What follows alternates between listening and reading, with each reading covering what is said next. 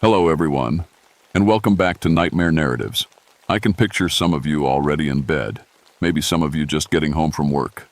Wherever you are, whatever time it is, I'm glad you're here. If this helps you relax or sleep, please like and subscribe. It means a lot. Now let's get you comfortable, and I'll tell you tonight's story. My name is Dorothy Fieldstone, and I've spent 13 years studying birds in these West Virginia mountains. People always ask me why I left my comfortable teaching job in Pittsburgh to live alone in a ranger station, watching birds all day. The truth is, after my husband died, the silence of the forest felt more honest than the noise of the city. I have a PhD in ornithology, that's the fancy word for bird science. I know over 400 bird calls by heart. I can tell you the exact day when the warblers will start their spring migration, or when the last hawk will head south for winter. I've banded thousands of birds, written papers about their habits, and given talks at universities. Birds make sense to me. They follow patterns. They're predictable. That's why what happened in November 1967 scared me so much. I work in the Monongahela National Forest, right near the border with Point Pleasant. My station covers the old TNT area. TNT, those concrete bunkers left over from World War II, where they used to store explosives. Most folks avoid that place. The soil is still poisoned from all those chemicals, and nothing grows right there anymore. The trees look sick, twisted. Even in summer, the grass stays yellow, but it's perfect for bird watching. The chemicals keep most people away, which means the birds aren't disturbed. I've documented species there that haven't been seen in other parts of West Virginia for decades. November is my busy season. That's when the last birds head south before winter hits. I spend most of my time in the TNT area during migration, counting birds, checking their health, recording their patterns. The forest gets quiet this time of year. Just me, my binoculars, and my notebook. I never believed the stories about monsters. Growing up in these mountains, you hear all kinds of tales. Bigfoot sightings, ghost lights, creatures in the woods. Mountain folk love their scary stories. I always figured they were just entertainment, something to tell around campfires. Even when people started talking about the Mothman around Point Pleasant, I didn't pay attention. Some folks claimed they saw a giant bird thing with glowing red eyes. Said it was as tall as a man, with wings bigger than any airplane. The local newspaper ate it up, printing every crazy story they could find. Mass hysteria, I told Sheriff Johnson when he stopped by my station one afternoon. People see what they want to see. Probably just a big owl, or maybe a crane blown off course. Sheriff Johnson was a practical man, not given to flights of fancy. He'd been keeping the peace in Mason County for 20 years. But even he looked worried that day. "Dorothy, I've had 12 separate reports this month," he said, sipping the coffee I'd made. "These aren't kids playing pranks or old-timers telling tales. I'm talking about solid citizens. A bank manager, 2 teachers, even Reverend Patterson from the Methodist Church." I shrugged. People love a good scare, especially around Halloween. You know how it is. "Maybe," he said, but he didn't sound convinced. "Just be careful out there, all right? Especially in that TNT area. Something's got the animals spooked." I should have listened to him. It started with the birds dying. On November 15th, I was making my usual morning rounds when I found them. At first, I thought I was looking at some kind of art installation. 23 birds, mostly crows and ravens, arranged in a perfect circle in the clearing near bunker number 7. They weren't scattered around like birds that had died naturally. They were positioned exactly, heads pointing toward the center of the circle, wings spread out like they were still flying. I'd never seen anything like it in 13 years of field work. I knelt down to examine the first crow. No obvious injuries, no signs of disease. Its eyes were clear, not cloudy like you'd expect from a bird that had been dead for a birder. While I checked its feathers, looking for mites or damage. Nothing. The bird looked perfect, like it had just dropped out of the sky. But here's what really bothered me. There were no scavengers. In a healthy forest, dead animals don't last long. Ants, beetles, flies. Something should have been working on these carcasses. Instead, there was nothing. Even the flies seemed to be avoiding the circle. I spent the rest of the morning collecting specimens, taking photographs, making notes. This was the kind of thing that could make a career. a mass bird death with no obvious cause. I was already planning the paper I'd write, imagining the headlines in the ornithology journals. I loaded the bird bodies into my truck and drove back to my station to start the real work. I had a small lab set up in the back room, microscope, basic chemistry equipment, freezer for storing specimens. If these birds had died from some kind of poison or disease, I'd find it. But when I tried to develop the photographs I'd taken, the film came out completely black, every single frame. I'd been using that camera for years without problems. I checked the settings, examined the film canister. Everything looked normal. I tried again with a different camera. Same result. Black film. That night, I sat in my kitchen, staring at the bird specimens lined up on my counter. In the harsh fluorescent light, their feathers had an odd shine to them, almost metallic. I'd never noticed that in the field. I picked up one of the crows and examined it under my desk lamp. The feathers definitely had a strange quality. They seemed to shift color as I moved them, like oil on water. But when I looked closer, trying to see exactly what was causing the effect, it disappeared. The feathers looked normal again. I was tired. It had been a long day, and I was probably imagining things. But as I got ready for bed, I found myself checking the locks on my doors twice. I'd never done that before in all my years at the station. The next morning, I was back at the TNT area before sunrise. I wanted to examine the death site again, take measurements, look for clues I might have missed. The November air was sharp and cold, and my breath made little clouds as I walked through the bunkers. The circle where I'd found the birds was empty now, but the grass inside it looked different. Burned, almost. Not like fire damage, more like the grass had just given up. It was brown and brittle, though the grass around the circle edge was still green. I was taking soil samples when I heard it, a sound like nothing I'd ever heard before. Not a bird call. I knew every bird call in these mountains. This was deeper, more like a hum mixed with a whistle. It seemed to come from everywhere at once, echoing off the concrete bunkers. I stood up, looking around. The forest had gone completely silent. No wind in the trees, no small animals rustling in the underbrush.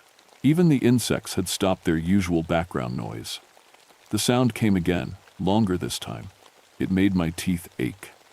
"Hello?" I called out. Maybe it was another researcher, someone with equipment I wasn't familiar with. "Is someone there?" No answer. But I had the strongest feeling that something was watching me. I finished my soil collection quickly and headed back to my truck. As I was loading my equipment, I noticed something that made my hands shake. Tracks in the mud near bunker number 12. At first glance, they looked like bird tracks, 3 long toes pointing forward, 1 pointing back. But they were massive. Each print was nearly 10 inches long, pressed deep into the wet earth, like whatever made them was incredibly heavy. No bird that size existed. Not in North America. Not anywhere. I knelt down to examine the tracks more closely. The depth suggested something much heavier than any bird could be. And the spacing between the prints was wrong too. Too far apart for a colentine, bird's walking pattern, but too close together for the long hops of a crane or heron. I tried to take pictures, but again, the film came out black. I made detailed sketches in my notebook instead, measuring each track carefully. Whatever had made these prints had been here recently. The edges were still sharp, not softened by rain or wind. Back at my station, I spread every bird identification guide I owned across my desk. North American birds, exotic species, extinct varieties, I looked through them all. Nothing matched those tracks. The closest I could find were crane prints, but even the largest sandhill crane tracks were less than half that size. I called the university, spoke to my old professor, Dr. Harrison. He'd been studying birds for 40 years, traveled all over the world documenting species. 10-inch bird tracks? His voice sounded puzzled over the crackling phone line. "Dorothy, are you sure they weren't made by something else? Maybe a dog with an unusual gait, or someone playing a prank with fake prints?" "I know what I saw, Professor. These were definitely bird tracks, just impossibly large." There was a long pause. "Well, send me your sketches. I'll ask around, see if anyone's heard of anything similar. But Dorothy, be careful out there. Some of my colleagues have been hearing strange reports from all over Appalachia. Animals behaving oddly, unusual migration patterns. Something's got the wildlife spooked." That afternoon, I decided to set up motion-activated cameras around the TNT area. If something was making those tracks, I wanted proof. Real, undeniable evidence. I placed 3 cameras at different locations, one near the death circle, one by the large tracks, and one on top of bunker number 7, which gave a good view of the main clearing. As the sun started to set, I packed up my gear and headed back to my truck. The forest felt different in the evening light. Darker somehow, even though there was still plenty of daylight left. The shadows between the bunkers seemed deeper than they should be. I was loading the last of my equipment when I saw movement out of the corner of my eye. Something large had landed on top of bunker number 12. At first, I thought it might be a turkey buzzard. They were common in the area. But as I turned to look directly at it, my blood went cold. It was definitely bird-like, but wrong in every possible way. Too big for one thing. Even crouched down, it was taller than a man. Its wings were folded against its body, but I could see they were massive, easily 10 feet across, maybe more. But the worst part was its eyes. 2 red lights glowing in the gathering dusk, bright as car headlights. They weren't reflecting light like normal animal eyes do at night. These were producing their own light, pulsing slightly like a slow heartbeat. The thing was staring directly at me. I couldn't move. Every instinct told me to run, but my legs felt like they were made of stone. We stared at each other across the clearing, and I felt something pushing at the edges of my mind. Not words exactly, but images, feelings, danger, warning, something terrible coming. Then, just as suddenly as it had appeared, the creature spread its wings and took off. The sound was like thunder, like a freight train, like nothing natural. It rose straight up into the darkening sky and disappeared. I stood there for maybe 5 minutes, shaking, before I could trust my legs to carry me to the truck. My hands were trembling so badly I could barely get the key in the ignition. All the way back to my station, I kept checking my rearview mirror, expecting to see those red eyes following me. That night, I sat at my kitchen table with a cup of coffee that had gone cold hours ago, trying to write down what I'd seen. Every time I tried to describe it, the words seemed inadequate. How do you explain something that shouldn't exist? I thought about calling Sheriff Johnson, but what would I tell him? That I'd seen the exact creature he'd been getting reports about? The one I'd dismissed as mass hysteria just days before? Instead, I pulled out my bird books again and started reading about the largest flying birds in the world. Andean condors with 9-foot wingspans, prehistoric teratorns that had been extinct for thousands of years. Nothing came close to what I'd seen. But deep down, I knew I wasn't dealing with any normal bird. What I'd seen in that clearing was something else entirely. Something that shouldn't exist but did. And it had been watching me. I didn't sleep that night. Every sound outside made me jump. The wind in the trees, a branch scraping against the roof, my old truck settling in the cold. Around 3 in the morning, I gave up trying and made another pot of coffee. When dawn finally came, I was already dressed and ready to check my cameras. Part of me hoped they'd show nothing, that I'd imagined the whole thing. But a bigger part needed to know the truth. The drive back to the TNT area felt different in daylight. The bunkers looked normal again, just old concrete buildings left over from the war. Hard to believe I'd been so scared just hours before. The first camera, near the death circle, was gone. Not damaged, not knocked over. Gone. I found the metal mounting bracket still screwed to the tree, but the camera itself had vanished completely. No tracks around the tree, no broken pieces, nothing. The second camera was still there, but when I popped out the film canister, I knew before I even looked that it would be black, just like all my other photos from this place. The third camera, the one on top of Bunker 7, had been turned around. Instead of pointing at the clearing like I'd set it up, it was now facing directly back toward where I was standing. Like something had deliberately repositioned it to watch me instead of the area. My hands were shaking as I climbed up to retrieve it. The camera itself looked normal, but there were scratches in the concrete around it. Long gouges, like claw marks. Each one was nearly an inch deep. I was examining the scratches when I heard voices. "Dorothy, you up there?" Sheriff Johnson's voice echoed off the bunkers. I looked down to see him walking across the clearing with 2 other men I didn't recognize. Government types, by the look of their dark suits and serious faces. "Coming down," I called. grateful not to be alone anymore. When I reached the ground, Sheriff Johnson made quick introductions. Dorothy Fieldstone. This is Agent Morrison and Agent Webb from the state police. They're here about those reports we've been getting. Agent Morrison was a thin man with wire-rimmed glasses and the pale complexion of someone who spent most of his time indoors. Agent Webb was bigger, broader, with the kind of suspicious eyes that seemed to catalog everything around him. Miss Fieldstone, Morrison said, we understand you've been conducting research in this area. Have you noticed anything unusual in the past few days? I hesitated. These men looked official, but something about them bothered me. Maybe it was the way Webb kept glancing at the bunkers, like he knew more about this place than he was letting on. Unusual how? I asked. Animal behavior, environmental anomalies, anything that might explain the reports Sheriff Johnson has been receiving. I told them about finding the dead birds, about the strange tracks. I didn't mention seeing the creature itself. Something told me to keep that to myself for now. Morrison took notes while I talked, but Webb just watched me with those cold eyes. When I finished, Morrison closed his notebook with a snap. Miss Fieldstone, I'm going to ask you to stay away from this area for a while. We're conducting our own investigation, and civilian presence could compromise our work. What kind of investigation? I asked. This is a national forest. I have every right to. Not this section, Webb spoke for the first time. His voice was flat, emotionless. As of this morning, the TNT area has been classified as a restricted zone.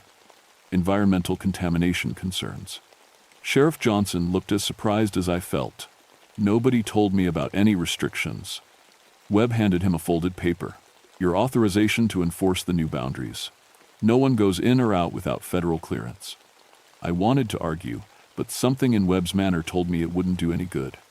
These men weren't here to investigate the Mothman sightings. They were here to cover them up. I'll need to collect my equipment, I said. I left some instruments in the area yesterday. Morrison nodded. Agent Webb will escort you. 30 minutes, then the area is off limits. The walk back to my research sites was tense. Webb stayed close behind me, not talking, just watching. When we reached the spot where I'd found the dead birds, I stopped short. There were more of them, at least 50 birds this time, arranged in the same perfect circle pattern. But these weren't just crows and ravens. I saw cardinals, blue jays, even a red-tailed hawk. All different species that would normally never flock together, all dead, all positioned with impossible precision. Don't touch anything, Webb said sharply when I started toward the circle. I'm a researcher. This is important scientific data. Not anymore, it isn't. He was already speaking into a radio. Base, this is Webb.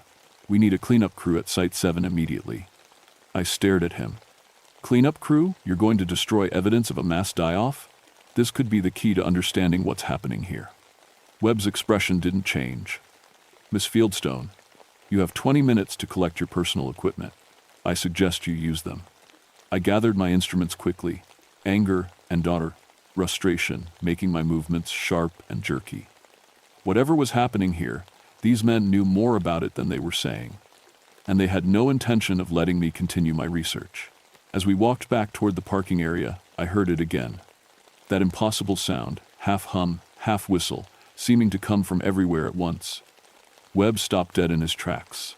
For the first time since I'd met him, he looked genuinely frightened.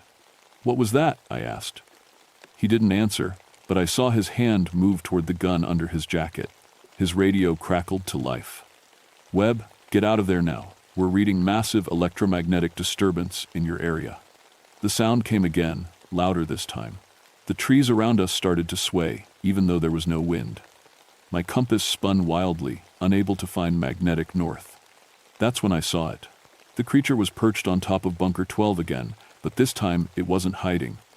Its wings were fully spread, blocking out half the sky. Those red eyes blazed like furnaces, and when it looked at me, I felt that presence in my mind again. But this time, the images were clearer, more urgent. I saw the Silver Bridge that connected Point Pleasant to Ohio. I saw cars crossing it, people going about their normal lives. And then I saw it falling, collapsing into the dark water below, taking dozens of people with it. The vision was so real, so immediate, that I cried out. Webb grabbed my arm, dragging me toward his car. We're leaving, now. But I couldn't stop watching the creature. It was trying to tell me something, trying to warn me. The bridge would fall. Soon. And people would die unless someone listened. Webb shoved me into his car and gunned the engine. As we sped away from the TNT area, I looked back to see the creature take flight. It rose into the gray November sky like a dark angel, circling once before disappearing toward Point Pleasant, toward the bridge. That night, I sat in my kitchen, trying to make sense of what I'd experienced. The vision had felt completely real, more real than my normal memories. I could still see the bridge collapsing, could still feel the terror of the people trapped in their cars as they plunged into the cold water. I thought about calling someone, warning them, but who would believe me? And what would I say? That a giant bird creature had shown me a psychic vision of disaster? I was still wrestling with the decision when my radio crackled to life. Emergency services frequency, which I monitored as part of my job. All units. We have reports of structural stress on the Silver Bridge. Engineering team requested for immediate inspection. My blood went cold. It was starting. I didn't hesitate. I grabbed my truck keys and headed for Point Pleasant as fast as I could drive. The vision had been so clear, so urgent, I had to at least try to warn someone. The Silver Bridge connected Point Pleasant to Gallipolis, Ohio, across the Ohio River. It was built in the 1920 seconds. An elegant suspension bridge that thousands of people crossed every day. At rush hour, traffic would be heavy. If the bridge collapsed with cars on it, I tried not to think about how many people could die. I reached Point Pleasant just as the evening rush was starting. Cars were lined up to cross the bridge, people heading home from work. Everything looked normal, peaceful even. For a moment, I wondered if I was losing my mind. Then I saw the Mothman. It was perched on one of the bridge's towers, its massive wings wrapped around the steel structure like a dark embrace. Those red eyes were blazing brighter than ever, and even from a distance, I could feel its urgency, its desperate need to communicate. I parked my truck and ran toward the bridge approach. A few other people had noticed the creature now. They were pointing, shouting, some taking pictures. But no one seemed to understand what it meant. "Get away from the bridge," I yelled, waving my arms. "Everyone get back." People looked at me like I was crazy. A police officer approached, probably thinking I was having some kind of breakdown. "Ma'am, you need to calm down. What's the problem here?" "The bridge is going to collapse," I said, grabbing his arm. "That thing up there, it's trying to warn us. We need to stop traffic, clear the area." The officer looked up at the Mothman, then back at me. "Ma'am, that's just a large bird, maybe a crane or something. There's no reason to." That's when the cables started to sing. It was a high, thin sound, like violin strings being pulled too tight. The Mothman spread its wings wider, and the sound got louder. Metal groaned, concrete cracked. The police officer's radio crackled. "Bridge control to all units. We're reading critical stress levels on the main suspension cables. Recommend immediate closure to traffic." Too late. With a sound like the world breaking apart, the Silver Bridge began to fall. I watched in horror as the roadway buckled and twisted. Cars slid sideways as the pavement tilted at impossible angles. The Mothman launched itself from the tower, circling overhead as people screamed and ran. But here's what I'll never forget. In those final moments, as the bridge was coming apart, I felt the creature's presence in my mind again. Not showing me disaster this time, but something else. Coordinates. Locations along the river where people were in the water, where rescue teams should look first. The Mothman wasn't just a harbinger of doom. It was trying to help save lives. I ran to the rescue command post that was setting up near the water. The Coast Guard was already launching boats, but they were searching randomly, covering as much area as they could. "The survivors are downstream," I shouted to the nearest officer. "About 300 yards south of the bridge, near that cluster of trees hanging over the water." "Ma'am, how could you possibly know that?" I couldn't explain, but I knew, with absolute certainty, that there were people in the water at that exact location. The Mothman had shown me. "Just trust me, please." The officer looked at me for a long moment, then spoke into his radio. "Unit 7, concentrate your search near the Willow Grove, 300 yards downstream from the bridge site." 20 minutes later, they pulled 4 survivors from the water at that exact location. Over the next several hours, as rescue operations continued, I found myself relaying information I shouldn't have known. Where to find more survivors, which areas were too dangerous for divers, where pieces of the bridge had created underwater hazards. Every piece of information came from the same source, brief, intense moments when I felt the Mothman's consciousness touching mine. It was still out there, circling the disaster site, somehow seeing everything at once. By dawn, 37 people were confirmed dead, but dozens more had been saved. The rescue coordinator told reporters it was a miracle so many had survived such a catastrophic collapse. I knew the truth. The miracle was a creature that shouldn't exist, trying desperately to save human lives. As the sun came up over the Ohio River, I saw the Mothman one last time. It was perched on a hill overlooking the wreckage of the bridge, motionless as a statue. For just a moment, those red eyes met mine across the distance. I felt a final image form in my mind. Not a vision of disaster this time, but something else. Acceptance, maybe. Sadness. And underneath it all, a sense of duty that would never end. Then, it spread its wings and disappeared into the morning sky. Agent Webb found me an hour later, sitting on the riverbank, watching the rescue boats. "Miss Fieldstone," he said, settling down beside me on the cold ground. "We need to talk." "About what?" I was exhausted, emotionally drained. I didn't have the energy to be afraid of him anymore. "About what you saw, what you experienced." His voice was gentler now, less official. "You're not the first, you know. We've been tracking similar encounters for decades, people who've had contact with entities, like the one you've been seeing." I looked at him sharply. "You know what it is? We have theories. Ancient protectors, maybe. Beings that exist at the intersection between our world and something else. They appear before disasters, try to warn people. Most of the time, no one listens. But this time was different." Webb nodded. "This time, someone could interpret the warnings. Someone who understood." I thought about the past few days, about all the strange experiences that had led me to this moment. Why me? Maybe because you spent your life studying flight. Maybe because you were in the right place at the right time. Or maybe it chose you for reasons we'll never understand. Webb stood up, brushing dirt off his pants. "The question is, what do you do now?" I watched a rescue boat pull another piece of debris from the water. Somewhere out there, the Mothman was still watching, still waiting for the next disaster, the next chance to save lives. "I keep watching," I said. "I keep listening." Webb nodded slowly. "The TNT area restriction has been lifted. You can resume your research. But Miss Fieldstone, when it shows you something, when it tries to warn you, I hope you'll call us." He handed me a card with just a phone number printed on it. No name, no agency. "There are others like it," Webb said as he walked away. "Other places, other watchers. You might see them again." That was 3 months ago. The official investigation concluded that the Silver Bridge collapse was due to metal fatigue in a critical suspension cable. 46 people died that December evening, but it could have been much worse.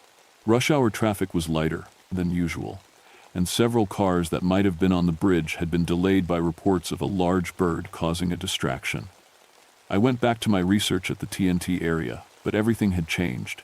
The dead birds were gone, cleared away by Webb's cleanup crews.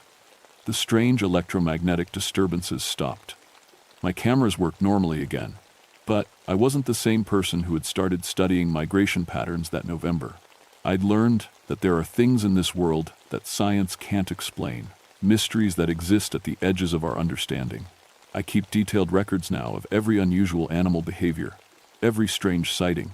I've installed new equipment, not just cameras, but electromagnetic sensors, infrared detectors, anything that might help me document what others would dismiss as impossible. The Mothman hasn't returned to the TNT area, but I know it's still out there. Last month, I got reports of similar sightings near Charleston, just before that chemical plant explosion. 2 weeks ago, someone called in red eyes over Huntington, the night before that apartment building caught fire. I'm not the only one watching anymore. Webb was right, there are others. I've been contacted by researchers from all over Appalachia, people who've had their own encounters with things that shouldn't exist. We share information, compare notes, try to piece together patterns. Sometimes I wonder if I'm losing my objectivity as a scientist. A year ago, I would have laughed at anyone claiming to communicate telepathically with a giant bird creature. Now I carry Webb's card in my wallet and check emergency radio frequencies every night. But I've also learned something else. The Mothman and creatures like it aren't monsters. They're guardians. Watchers at the threshold between our world and whatever lies beyond. They try to warn us, to protect us, even though most people will never believe they exist. The night before, I sat down to write this account. I had another vision. Brief, unclear, but enough to worry me. A school building, children running, smoke in the hallways. Somewhere in the mountains, probably within the next few weeks. I've already called the number on Webb's card. People ask me if I'm afraid, living alone in the forest, knowing what's out there in the darkness. The truth is, I feel safer than I ever have. Somewhere in the sky above these mountains, ancient eyes are watching. If danger comes, if disaster threatens, I'll know. And maybe, if I'm very lucky, I'll be able to warn someone in time. My name is Dorothy Fieldstone, and I study birds. But now I know that not all the things with wings that soar through our skies are birds. Some of them are much, much more. Some of them are trying to save us. If you ever see red eyes watching from the darkness, if you hear that impossible sound echoing through the trees, don't run. Listen. The Mothman has something important to tell you. Your life might depend on it.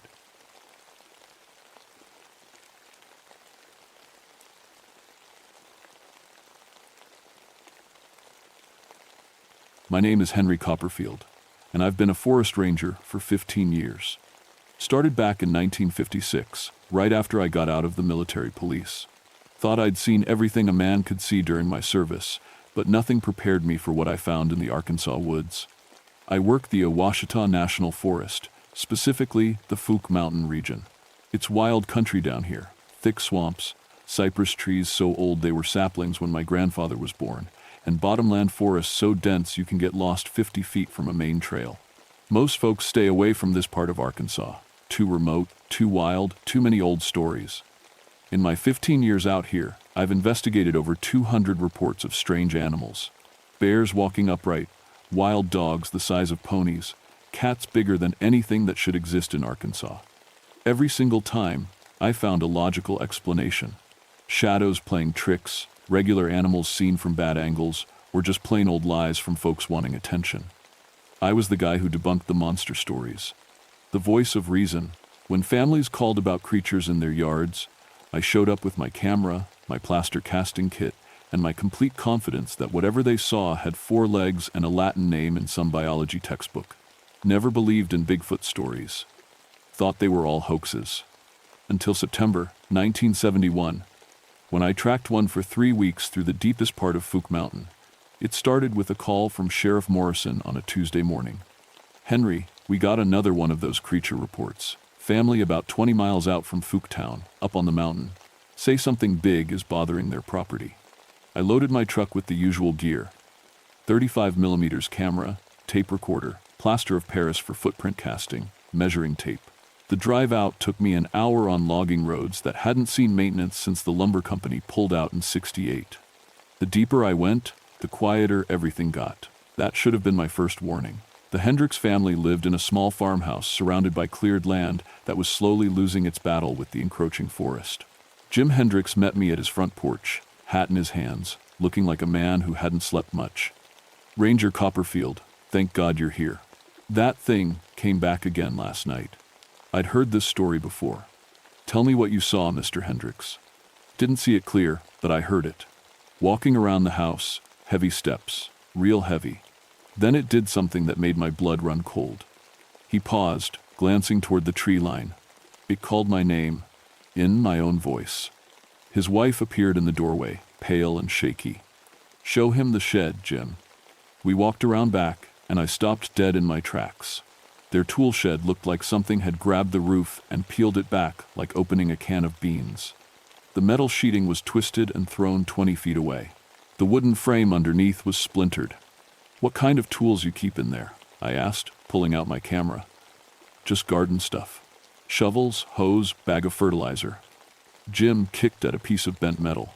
"Nothing worth stealing." I photographed everything, took measurements, looked for footprints in the soft ground around the shed. Found them too. Or rather, found something that made me question everything I thought I knew about the animals in these woods. The prints were 17 inches long, looked like a giant human foot, but with toes that ended in what might have been claws.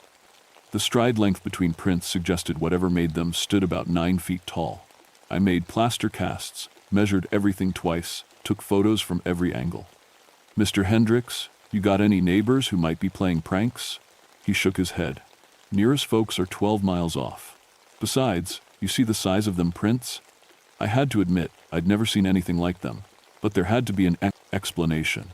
Maybe a black bear that had learned to walk upright for longer distances. Maybe someone with fake feet trying to scare the family. Maybe the prints were old and had swollen from rain. That night, I camped in my truck about a quarter mile from the Hendricks place. Figured if something was bothering them, I'd spot it and solve this mystery once and for all. I'd done night watches before. Always turned out to be nothing more exciting than a raccoon or an owl. Around midnight, I noticed something wrong. The normal night sounds, wrysy, crickets, tree frogs, the distant hooting of owls, had stopped completely. The forest had gone dead silent. In 15 years of woods experience, I'd learned that when nature goes quiet, there's usually a predator nearby. I grabbed my flashlight and stepped out of the truck.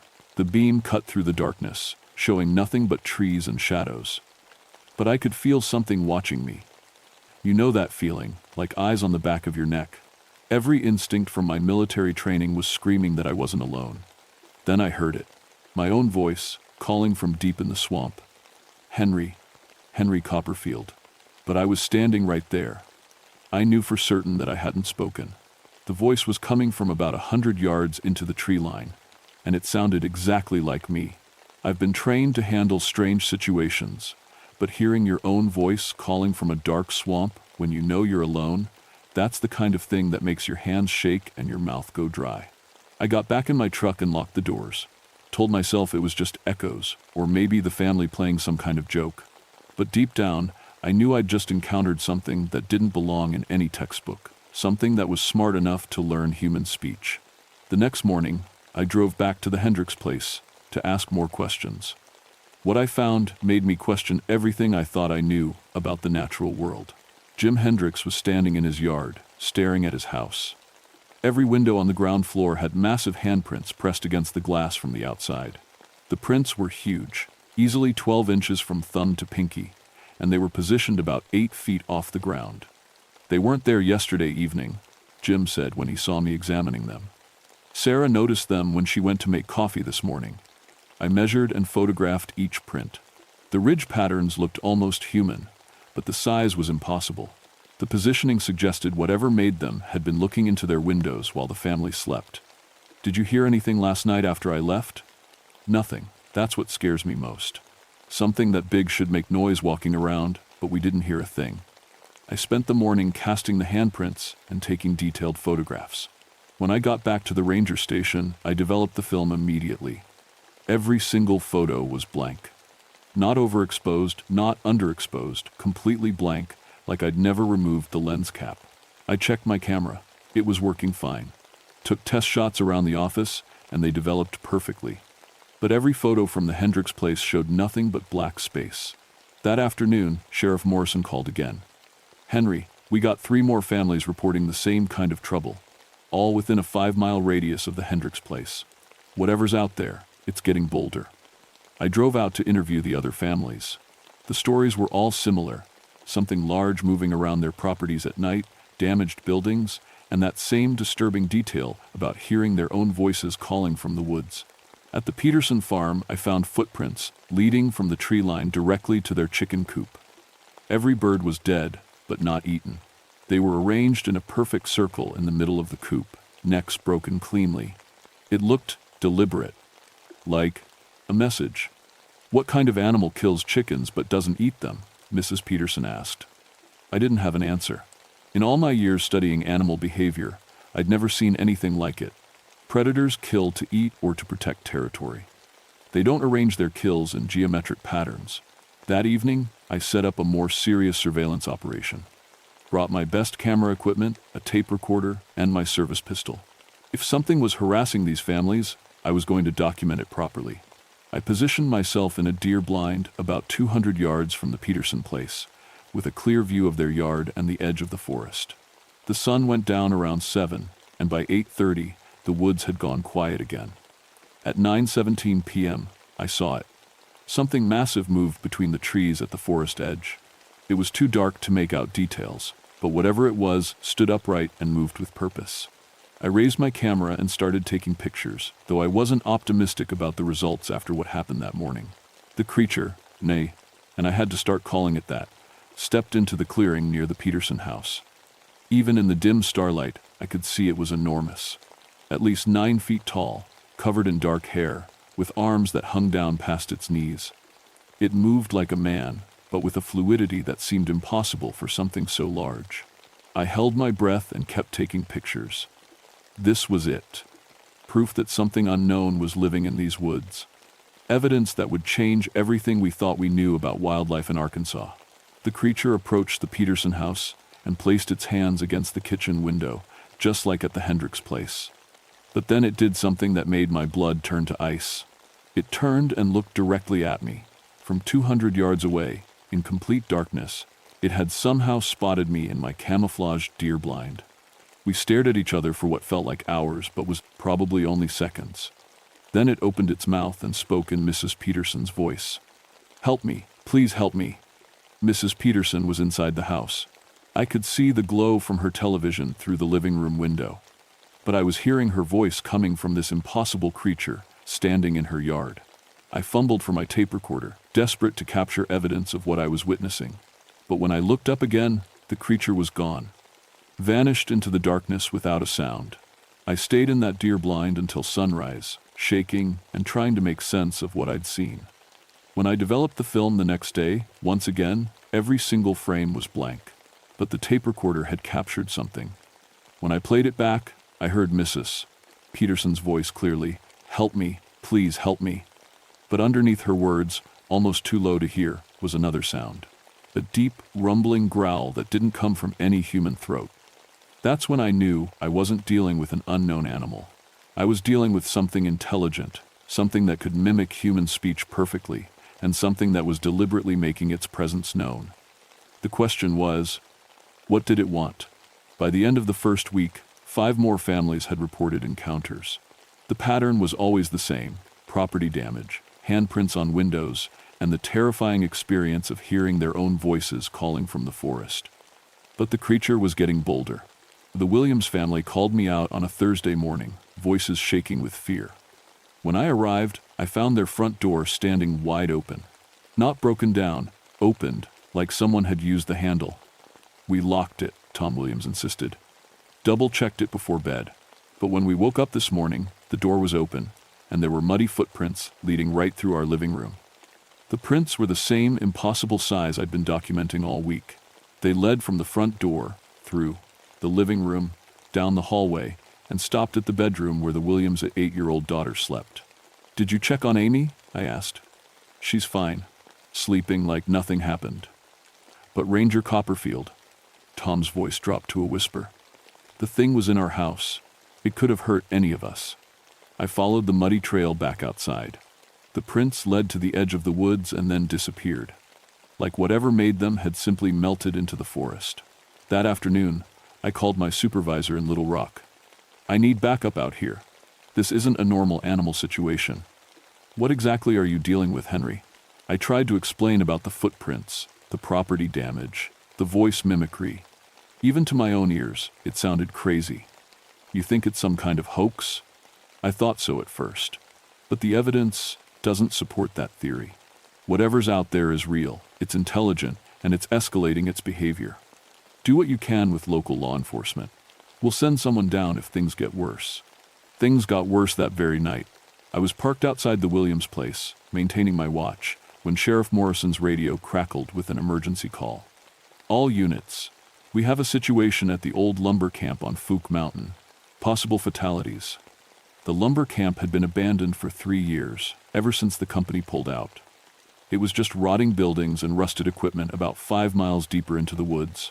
No reason for anyone to be out there, especially not at night. Morrison and I drove out together. our headlights cutting through the darkness on the narrow logging road.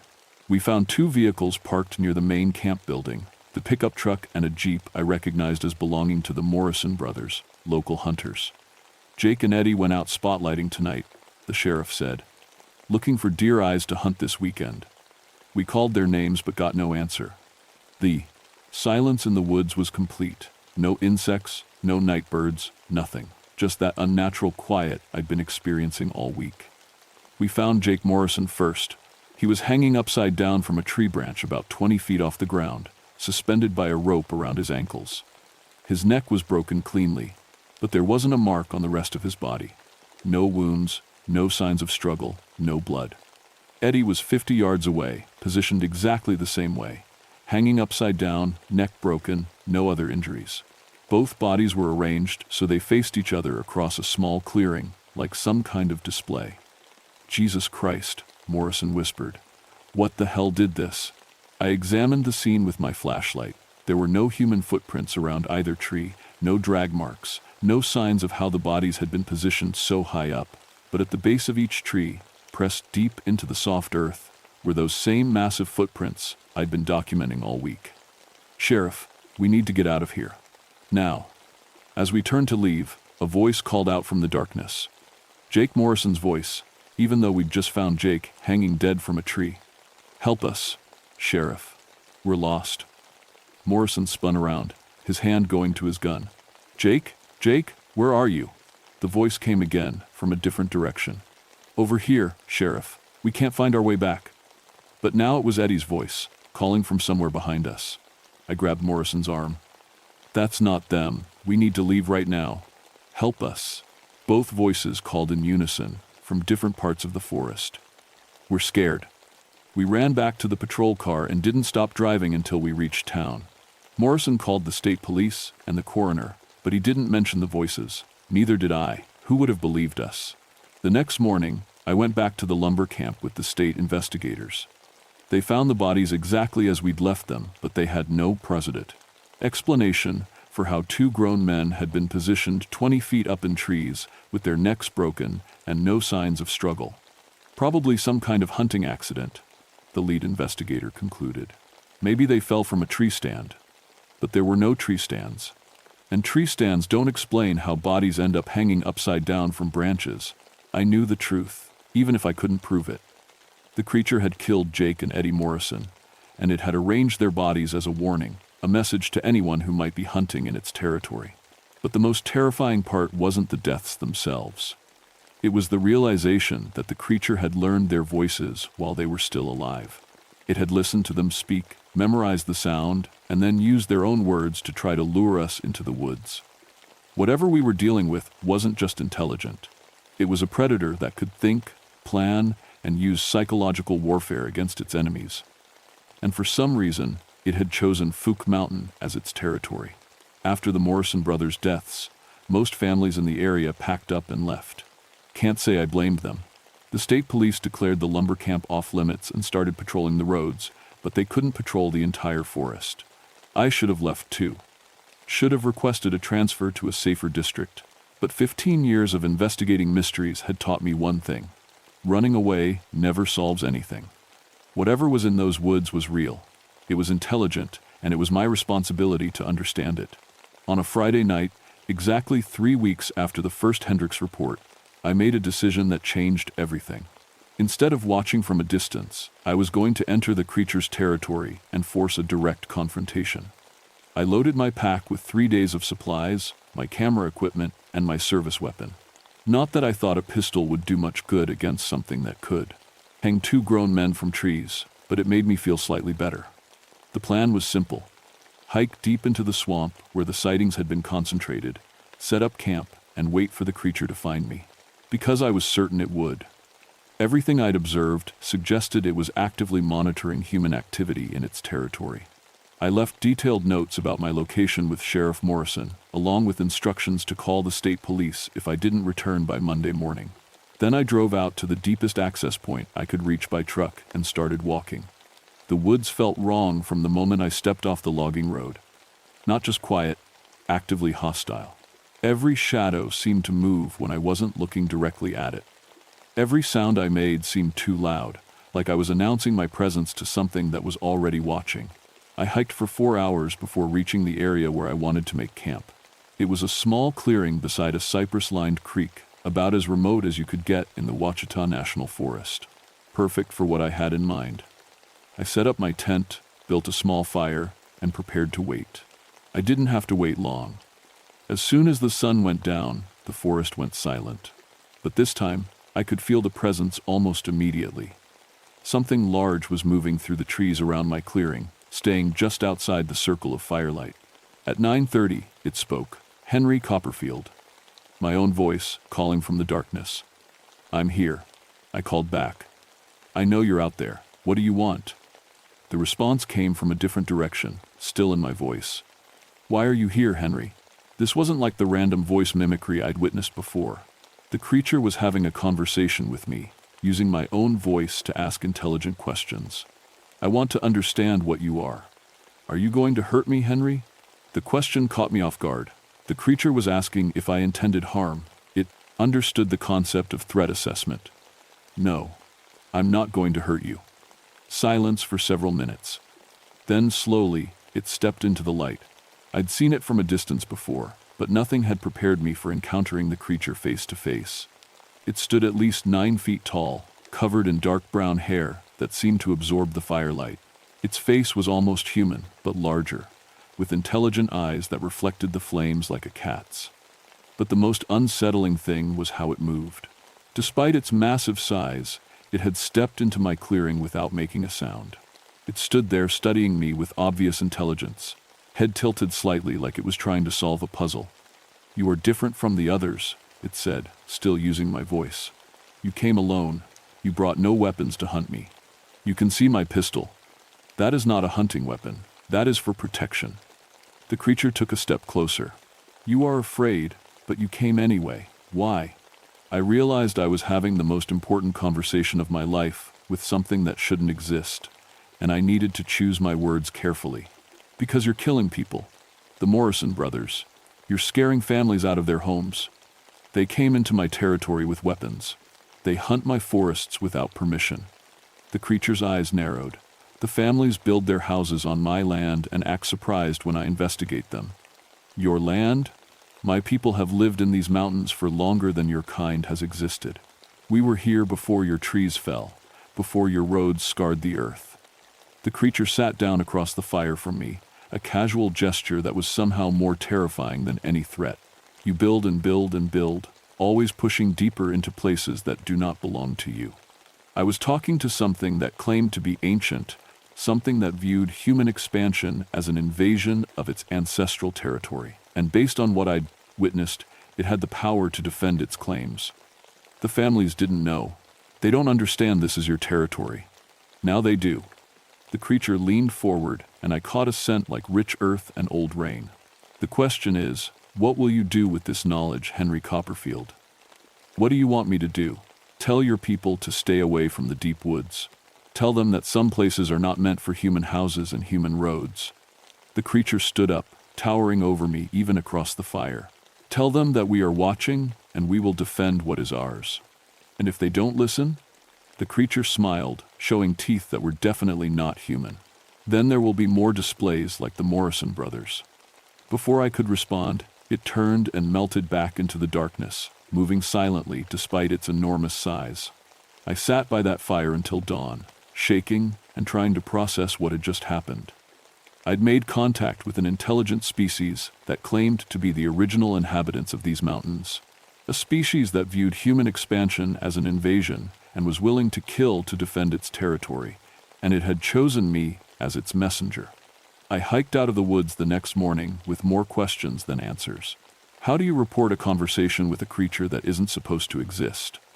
How do you explain that the Fook Mountain region is inhabited by an intelligent species that's been here longer than human civilization? I tried. God help me, I tried. I filed a complete report with my supervisors, documenting everything I'd witnessed and experienced over those 3 weeks. I included photographs of the footprints, plaster casts, measurements, and detailed accounts of every encounter. They read my report and quietly transferred me to a desk job in Little Rock. Stress reaction, they called it. Too many years in the deep woods can affect a man's judgment. Sheriff Morrison backed up my GID story, but he was facing re-election and couldn't afford to be known as the sheriff who believed in monsters. The state police ruled the Morrison deaths as hunting accidents and closed the case. Within 6 months, the families who'd stayed in the area stopped reporting creature encounters. Either the thing had moved on, or they'd learned not to talk about what they saw. But I knew the truth. The creature hadn't moved on. It had simply retreated deeper into the wilderness, watching and waiting. 3 years later, in 1974, the federal government declared a large section of the Ouachita National Forest around Fook Mountain as a protected wilderness area.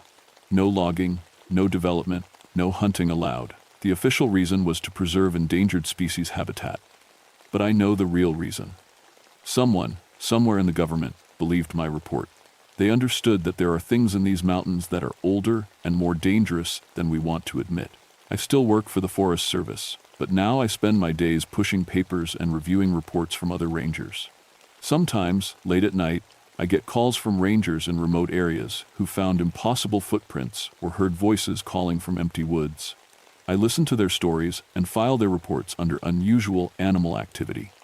Then I make a phone call to a number I'm not supposed to have, and within a week, those areas get declared off-limits for environmental protection. The Fook monster sightings stopped after 1971, but that doesn't mean the creature is gone. It just means it learned to stay hidden. It learned that humans will invade any territory that isn't officially protected. Sometimes I drive out to the edge of the wilderness area and park on the old logging roads. Just sit there and listen to the forest. Every now and then, when the wind is right, I hear something moving through the trees. Something large, something intelligent, something that remembers our fiery conversation by the campfire. I'm 60 years old now, and I'll be retiring soon. But before I do, I want people to know the truth about what's out there in the deep woods. Not just in Arkansas, but in wild places all across the country. We're not alone on this continent. We never have been. And the things that were here first are still watching us, still defending their territory, still deciding whether humanity is a threat that needs to be eliminated. The Morrison brothers learned that lesson too late. The families around Fook Mountain learned it just in time. The question is, what will the rest of us do when we finally come face to face with the original inhabitants of these ancient forests? Because eventually, we will. Our cities keep growing, our roads keep pushing deeper into the wilderness, and sooner or later, we're going to build something in the wrong place. And when that happens, they'll remind us, just like they reminded me, that some territories were never ours to claim. I hope when that day comes, we're smart enough to listen. Because the alternative is more bodies hanging from trees, arranged in perfect displays to send a message that primitive human brains might finally understand. We are not the apex predators we think we are. We never were.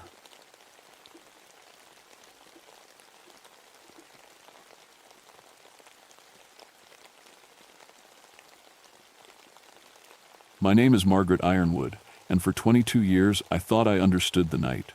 I've been a ranger in Daniel Boone National Forest since 1954, back when they still called us Lady Rangers, like it was something unusual.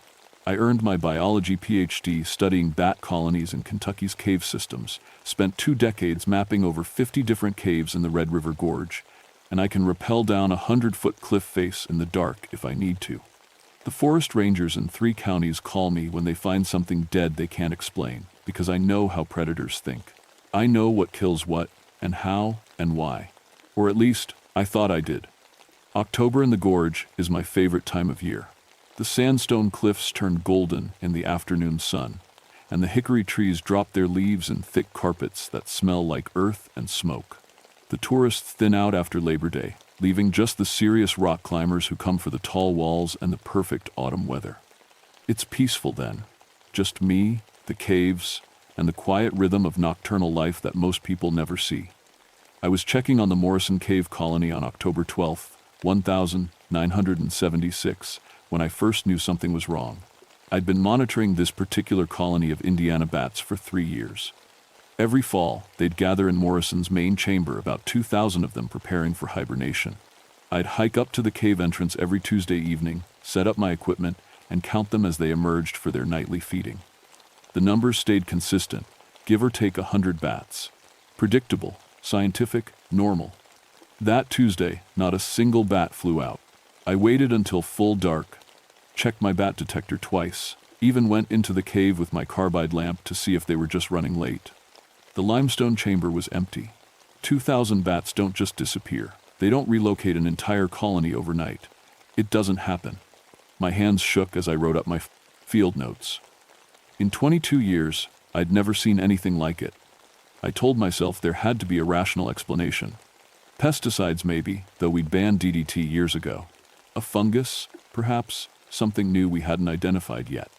I made plans to check the other cave systems in the morning, to survey the whole gorge network. Science would give me an answer.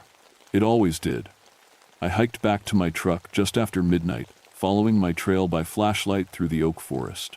The beam caught something on the path ahead, scratch marks, deep ones, carved into the bark of a massive sycamore tree. I moved closer, running my fingers over the gouges. They were 6 inches long, parallel, 4 of them like claw marks, but placed 8 feet up the trunk. Bears can stand on their hind legs, I thought. A big male could reach that high. But these marks were fresh, the wood still pale and oozing sap. And something about the pattern bothered me. The angle was wrong. These didn't rake downward like a bear stretching up. They raked across, horizontal, like something had been climbing and needed to grip the trunk. I stood there in the dark, listening. The forest was silent, completely silent. No crickets, no owls, no rustling of mice in the leaf litter. Just wind moving through empty branches, and somewhere far off, the sound of water trickling over stone. In all my years in these woods, I'd never heard it this quiet. I walked faster back to my truck, telling myself I was being foolish. I was a scientist, not some superstitious local who believed in the beast of bluegrass stories the old-timers liked to tell.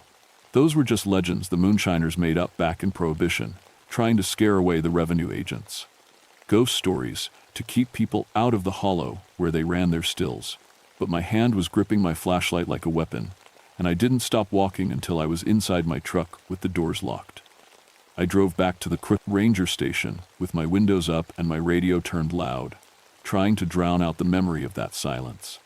The next 3 nights, I checked every major cave system in the Red River Gorge. Cloud Splitter Cave, empty. Chimney Top Cave, empty. Indian Creek Caverns, empty. Every single bat colony had vanished, thousands of them, gone without a trace. On the 4th night, I found the deer. It was a doe, sprawled across the trail near Sky Bridge, one of the massive sandstone arches that makes the gorge famous. I almost walked past it in the dark. My flashlight caught the white of her belly first, then the rest. She'd been killed recently, maybe an hour before. Still warm, but the way she'd been killed made me stop cold. Her throat was torn open, neat and precise. A killing bite, exactly where a predator would strike. That part was normal. What wasn't normal was everything else. The deer hadn't been eaten. She'd been arranged, almost carefully, laid out in the center of the trail with her legs tucked under her body and her head turned to face the path I'd been walking, like someone wanted me to find her. I knelt down, examining the wound with my flashlight. The bite radius was huge. The punctures were spaced too far apart for a coyote, too wide for even a mountain lion. And mountain lions don't live in Kentucky anymore. We hunted them all out 50 years ago. Something crunched in the woods behind me. I spun around, flashlight swinging. The beam caught trees, shadows, nothing else. My heart hammered against my ribs. Hello? My voice sounded small in the darkness. Another crunch, off to my left now. Deliberate. Heavy footfalls on the leaf litter, but I couldn't see anything moving. Whatever it was staying just outside my light. I'm an armed ranger, I called out, which was half true. I had pepper spray on my belt and a radio I could use to call for help. Identify yourself. The footsteps stopped. The silence rushed. Back in, thick and suffocating. I stood there with my light pointed into the trees, breathing hard, waiting. 30 seconds passed. A minute. Nothing moved. Then I heard it. A sound like nothing I'd ever heard before, low and resonant, more vibration than noise. It started deep, subsonic, rattling in my chest like a bass drum. Then it rose, climbing into a howl that made my skin go cold. It wasn't a wolf howl, though it was close. This had something else in it, something that sounded almost human, like a voice was buried inside the sound, trying to form words. The howl echoed off the sandstone cliffs, bouncing through the gorge, coming from everywhere and nowhere at once.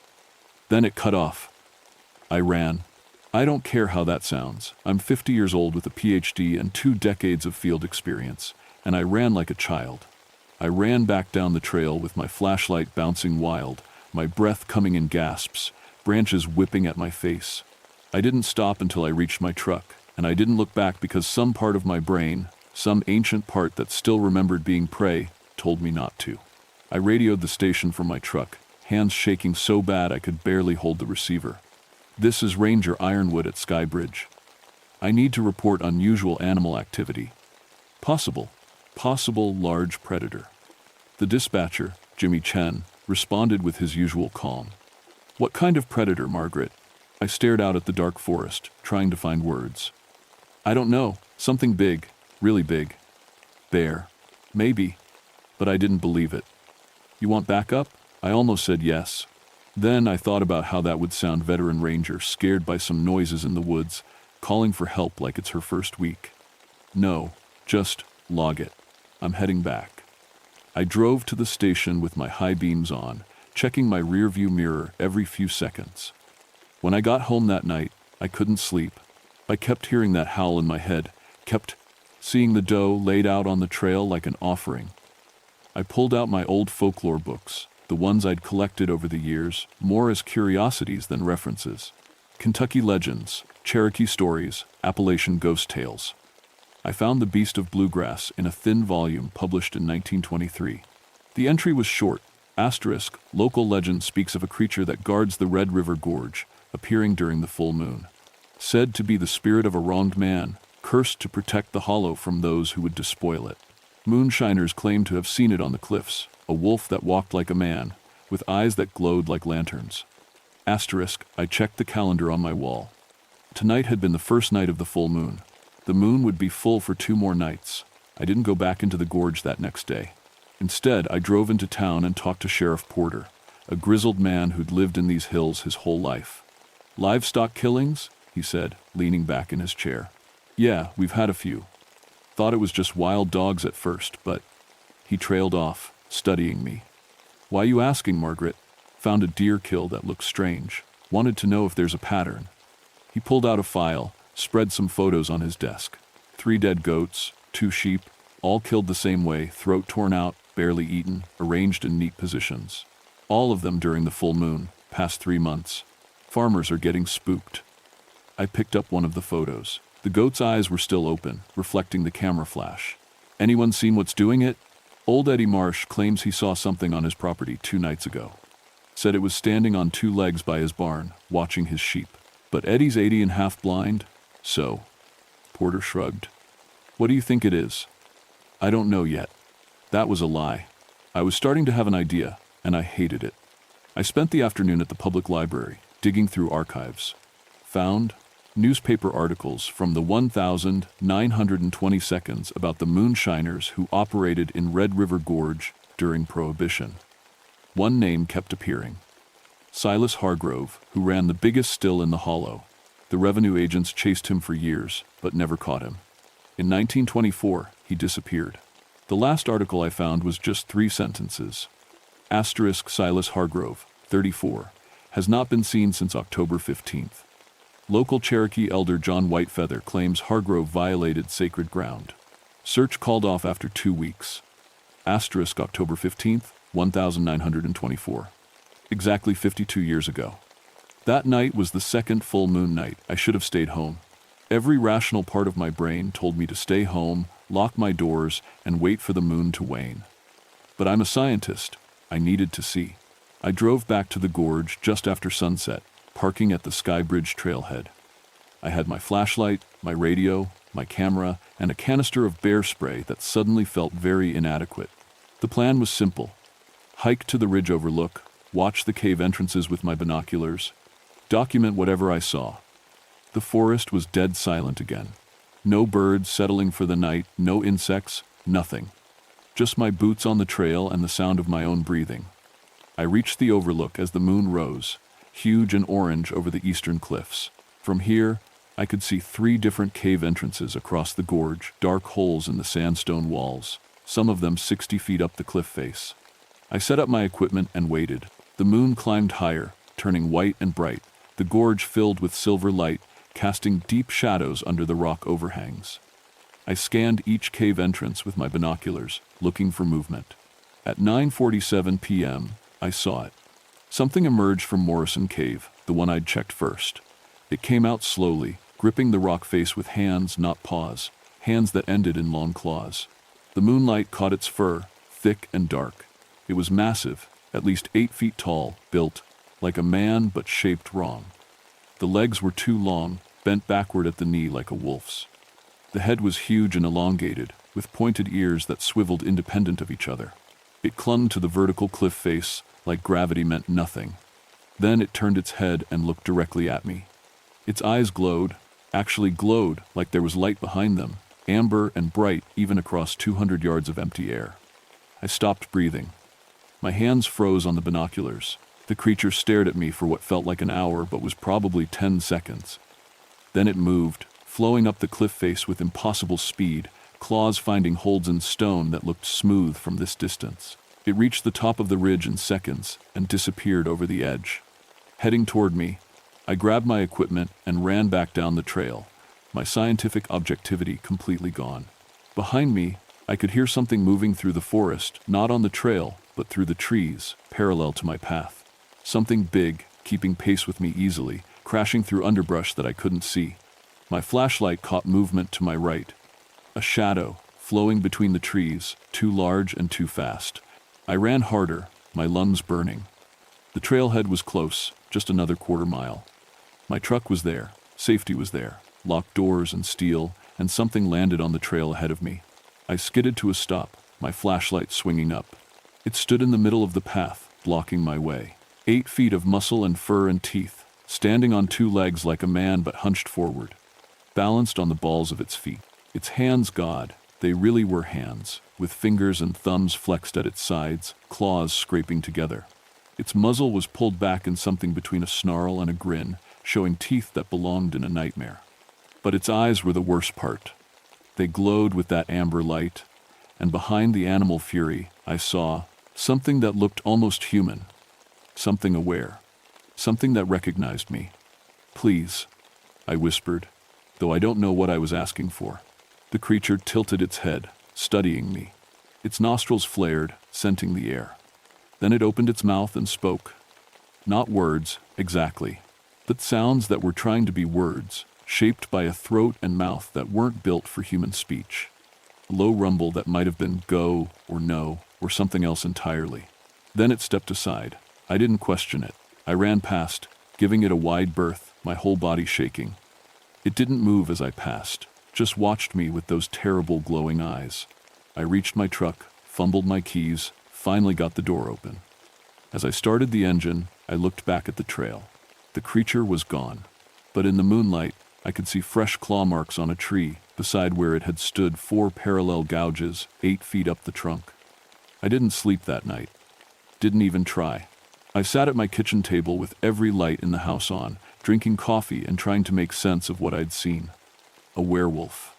The word felt ridiculous, even thinking it. Werewolves were folklore, fairy tales, movie monsters. They weren't real. They couldn't be real. But I'd seen it. I had claw marks on film, evidence, data. And that sound it had made, those almost words, meant it wasn't just an animal. It was intelligent. It was aware. It had let me go. At sunrise, I drove back into town and found John Whitefeather's grandson, Tom, who ran a small museum of Cherokee history. I'd met him a few times at cultural heritage meetings. He was a quiet man, maybe 60, with deep-set eyes and careful hands. "I need to know about Silas Hargrove," I said. Tom's expression didn't change, but something shifted in his eyes. "Why?" "Because something is happening in the gorge. Something that happened 52 years ago, too. And I think it started with him." Tom was quiet for a long moment. Then he poured us both coffee and sat down. "My grandfather was a medicine man," he said. "He took care of the old places, kept the sacred sites protected. The gorge was one of them, caves that went deep, where our ancestors buried their dead and left offerings. Then Prohibition came, and men like Hargrove moved in. They set up their stills in the caves, destroyed burial sites, dumped chemicals in the underground streams. Your grandfather cursed him, I said. My grandfather gave him a choice, Tom corrected. Leave the caves alone or protect them forever. Hargrove laughed in his face, said he'd set up a still in every cave in the gorge if he wanted. Tom's jaw tightened.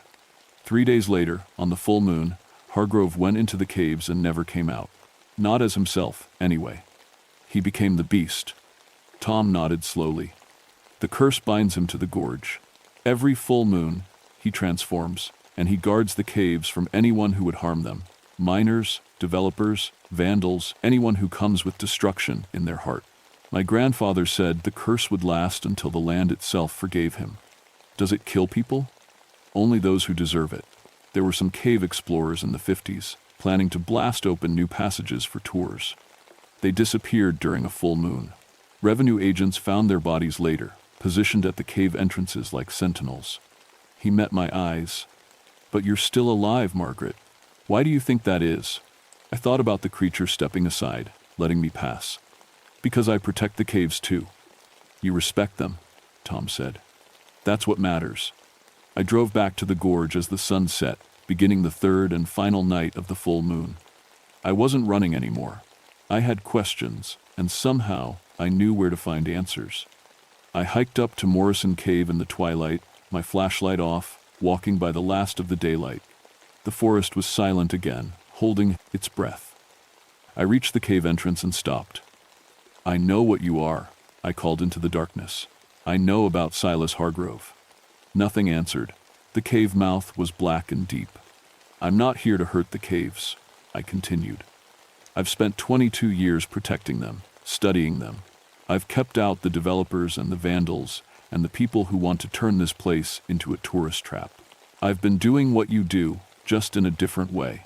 The moon rose behind me, full and bright. In the cave, something moved. The beast emerged slowly, stepping into the moonlight. This close, I could see details I'd missed before: the intelligence in those glowing eyes, the old scars crossing its fur, the way it moved with both animal grace and human purpose. It was terrifying and magnificent and impossibly sad. I need to understand, I said, keeping my voice steady. The bats left. Why did they leave? The creature tilted its head. Then it turned and walked into the cave. After a moment, I followed. My eyes adjusted slowly to the darkness. The creature's eyes provided some light, glowing amber markers ahead of me. It led me deeper into Morrison Cave, through passages I'd mapped years ago, until we reached the main chamber. The bats were there. All of them, thousands upon thousands, clustered on the ceiling in a massive colony. But they weren't hibernating, they were awake, shifting and chittering nervously. The beast gestured with one clawed hand toward the far wall. I approached carefully, shining my flashlight where it indicated. Someone had been spray painting the cave wall.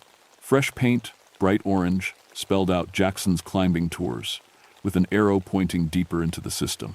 Below it, someone had started drilling fresh holes in the ancient limestone, prepping to install permanent climbing anchors. My blood went cold. This was a protected site. These caves were off limits to commercial development.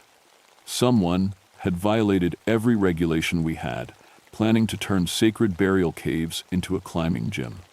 I turned back to the beast. It was watching me, waiting. I'll stop them, I said. I'll report this, get it shut down, press charges. I'll protect these caves. The creature stepped closer. This close, I could smell it wild and earthy, like stone and rain and old leaves. It reached out one massive hand and touched my shoulder, carefully, like it was afraid of breaking me. Its claws pricked through my jacket, just barely. Where they touched skin, I felt a jolt run through me, cold fire, moonlight made solid, something ancient and powerful that made every nerve in my body sing. The beast pulled back and made that sound again, the almost word, the shape of language its throat couldn't quite form. But this time, I understood. Asterisk, sister. Asterisk. Then it turned and loped deeper into the caves, disappearing into darkness. I stood there for a long moment, my shoulder tingling where it had touched me. Then I walked back out into the moonlight and radioed the station. We caught Jackson's climbing tours 3 days later, trying to install more equipment in the caves. I had photographs, evidence, and 22 years of credibility with the Forest Service. They lost their business license and paid hefty fines. The Park Service implemented new restrictions, no cliff access during full moon periods, increased ranger patrols, and severe penalties for anyone caught damaging the caves. The official report said we were protecting sensitive bat habitats. That was true enough. The bats came back after that, settling into their regular patterns. The forest filled with sound again, crickets and owls and all the small rustlings of nocturnal life. The silence lifted like a held breath finally released. But something changed in me that night in the cave. Now, when the full moon rises, I feel it. A tingling in my bones, an awareness of the lunar cycle that goes deeper than any calendar. I can sense when the transformation is coming. I can feel the presence of the beast even when I can't see it. I'm not cursed, not like Hargrove, but I'm connected now, bound to the gorge in a way that goes beyond my ranger duties. I'm a guardian, same as the beast, just serving in my own way. Sometimes on full moon nights, I hike up to the ridges and watch the cave entrances. I've seen the beast a dozen times now, always from a distance. It patrols the gorge, checking on the sacred sites, making sure the caves stay protected. Once, I swear it nodded to me across the gap before disappearing back into Morrison Cave. I'm 50 years old, and I've started hearing stories from other rangers in the Appalachian chain. Tales of lunar guardians in the Smokies, wolf spirits in the Blue Ridge, creatures that protect the old places from those who would destroy them. Maybe there are more like Hargrove, bound by old curses to serve the land they once violated. Or maybe there are other kinds of guardians, born from the mountains themselves. I don't know. But I know this. The wild places have their own protectors. They always have. And if you come into the forest with respect, if you treat the caves and the cliffs and the ancient stones with the reverence they deserve, you'll have nothing to fear. But if you come to exploit or destroy, if you bring harm to these sacred spaces, well, just make sure you check the calendar first. And whatever you do, stay out of the gorge when the moon is full. My name is Margaret Ironwood, and I'm a ranger in Daniel Boone National Forest.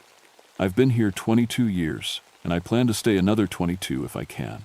Someone needs to watch over these hills. And on full moon nights, I don't watch alone.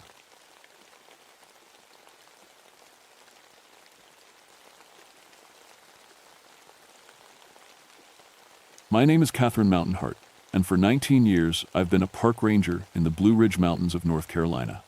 I know these peaks better than my own backyard. Every trail, every ridge, every hidden valley where the rare plants grow. I've got a PhD in botany, sure, but the mountains taught me more than any classroom ever could.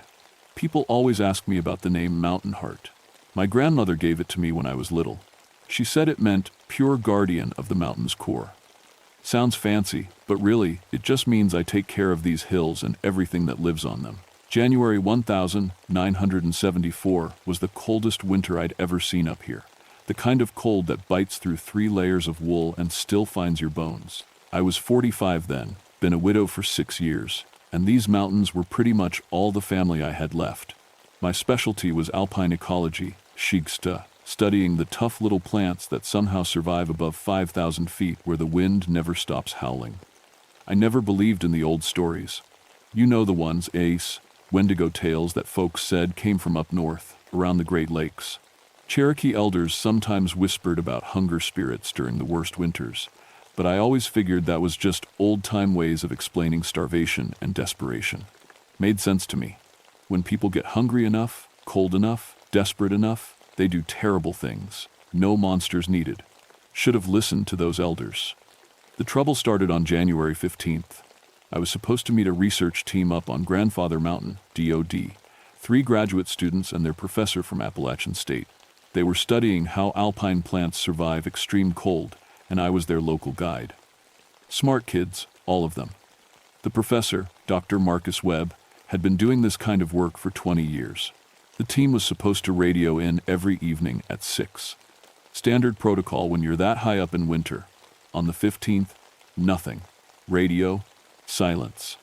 First day, I wasn't too worried. Equipment fails, batteries die in the cold, things happen. Second day, I started getting anxious. These weren't weekend hikers, they knew the mountains. By the third day, when the blizzard hit and I still hadn't heard anything, I knew something was very wrong. The storm came down like the mountain was angry. Wind speeds over 60 miles per hour, temperatures dropping to 20 below zero. The kind of weather that kills you if you make even one small mistake.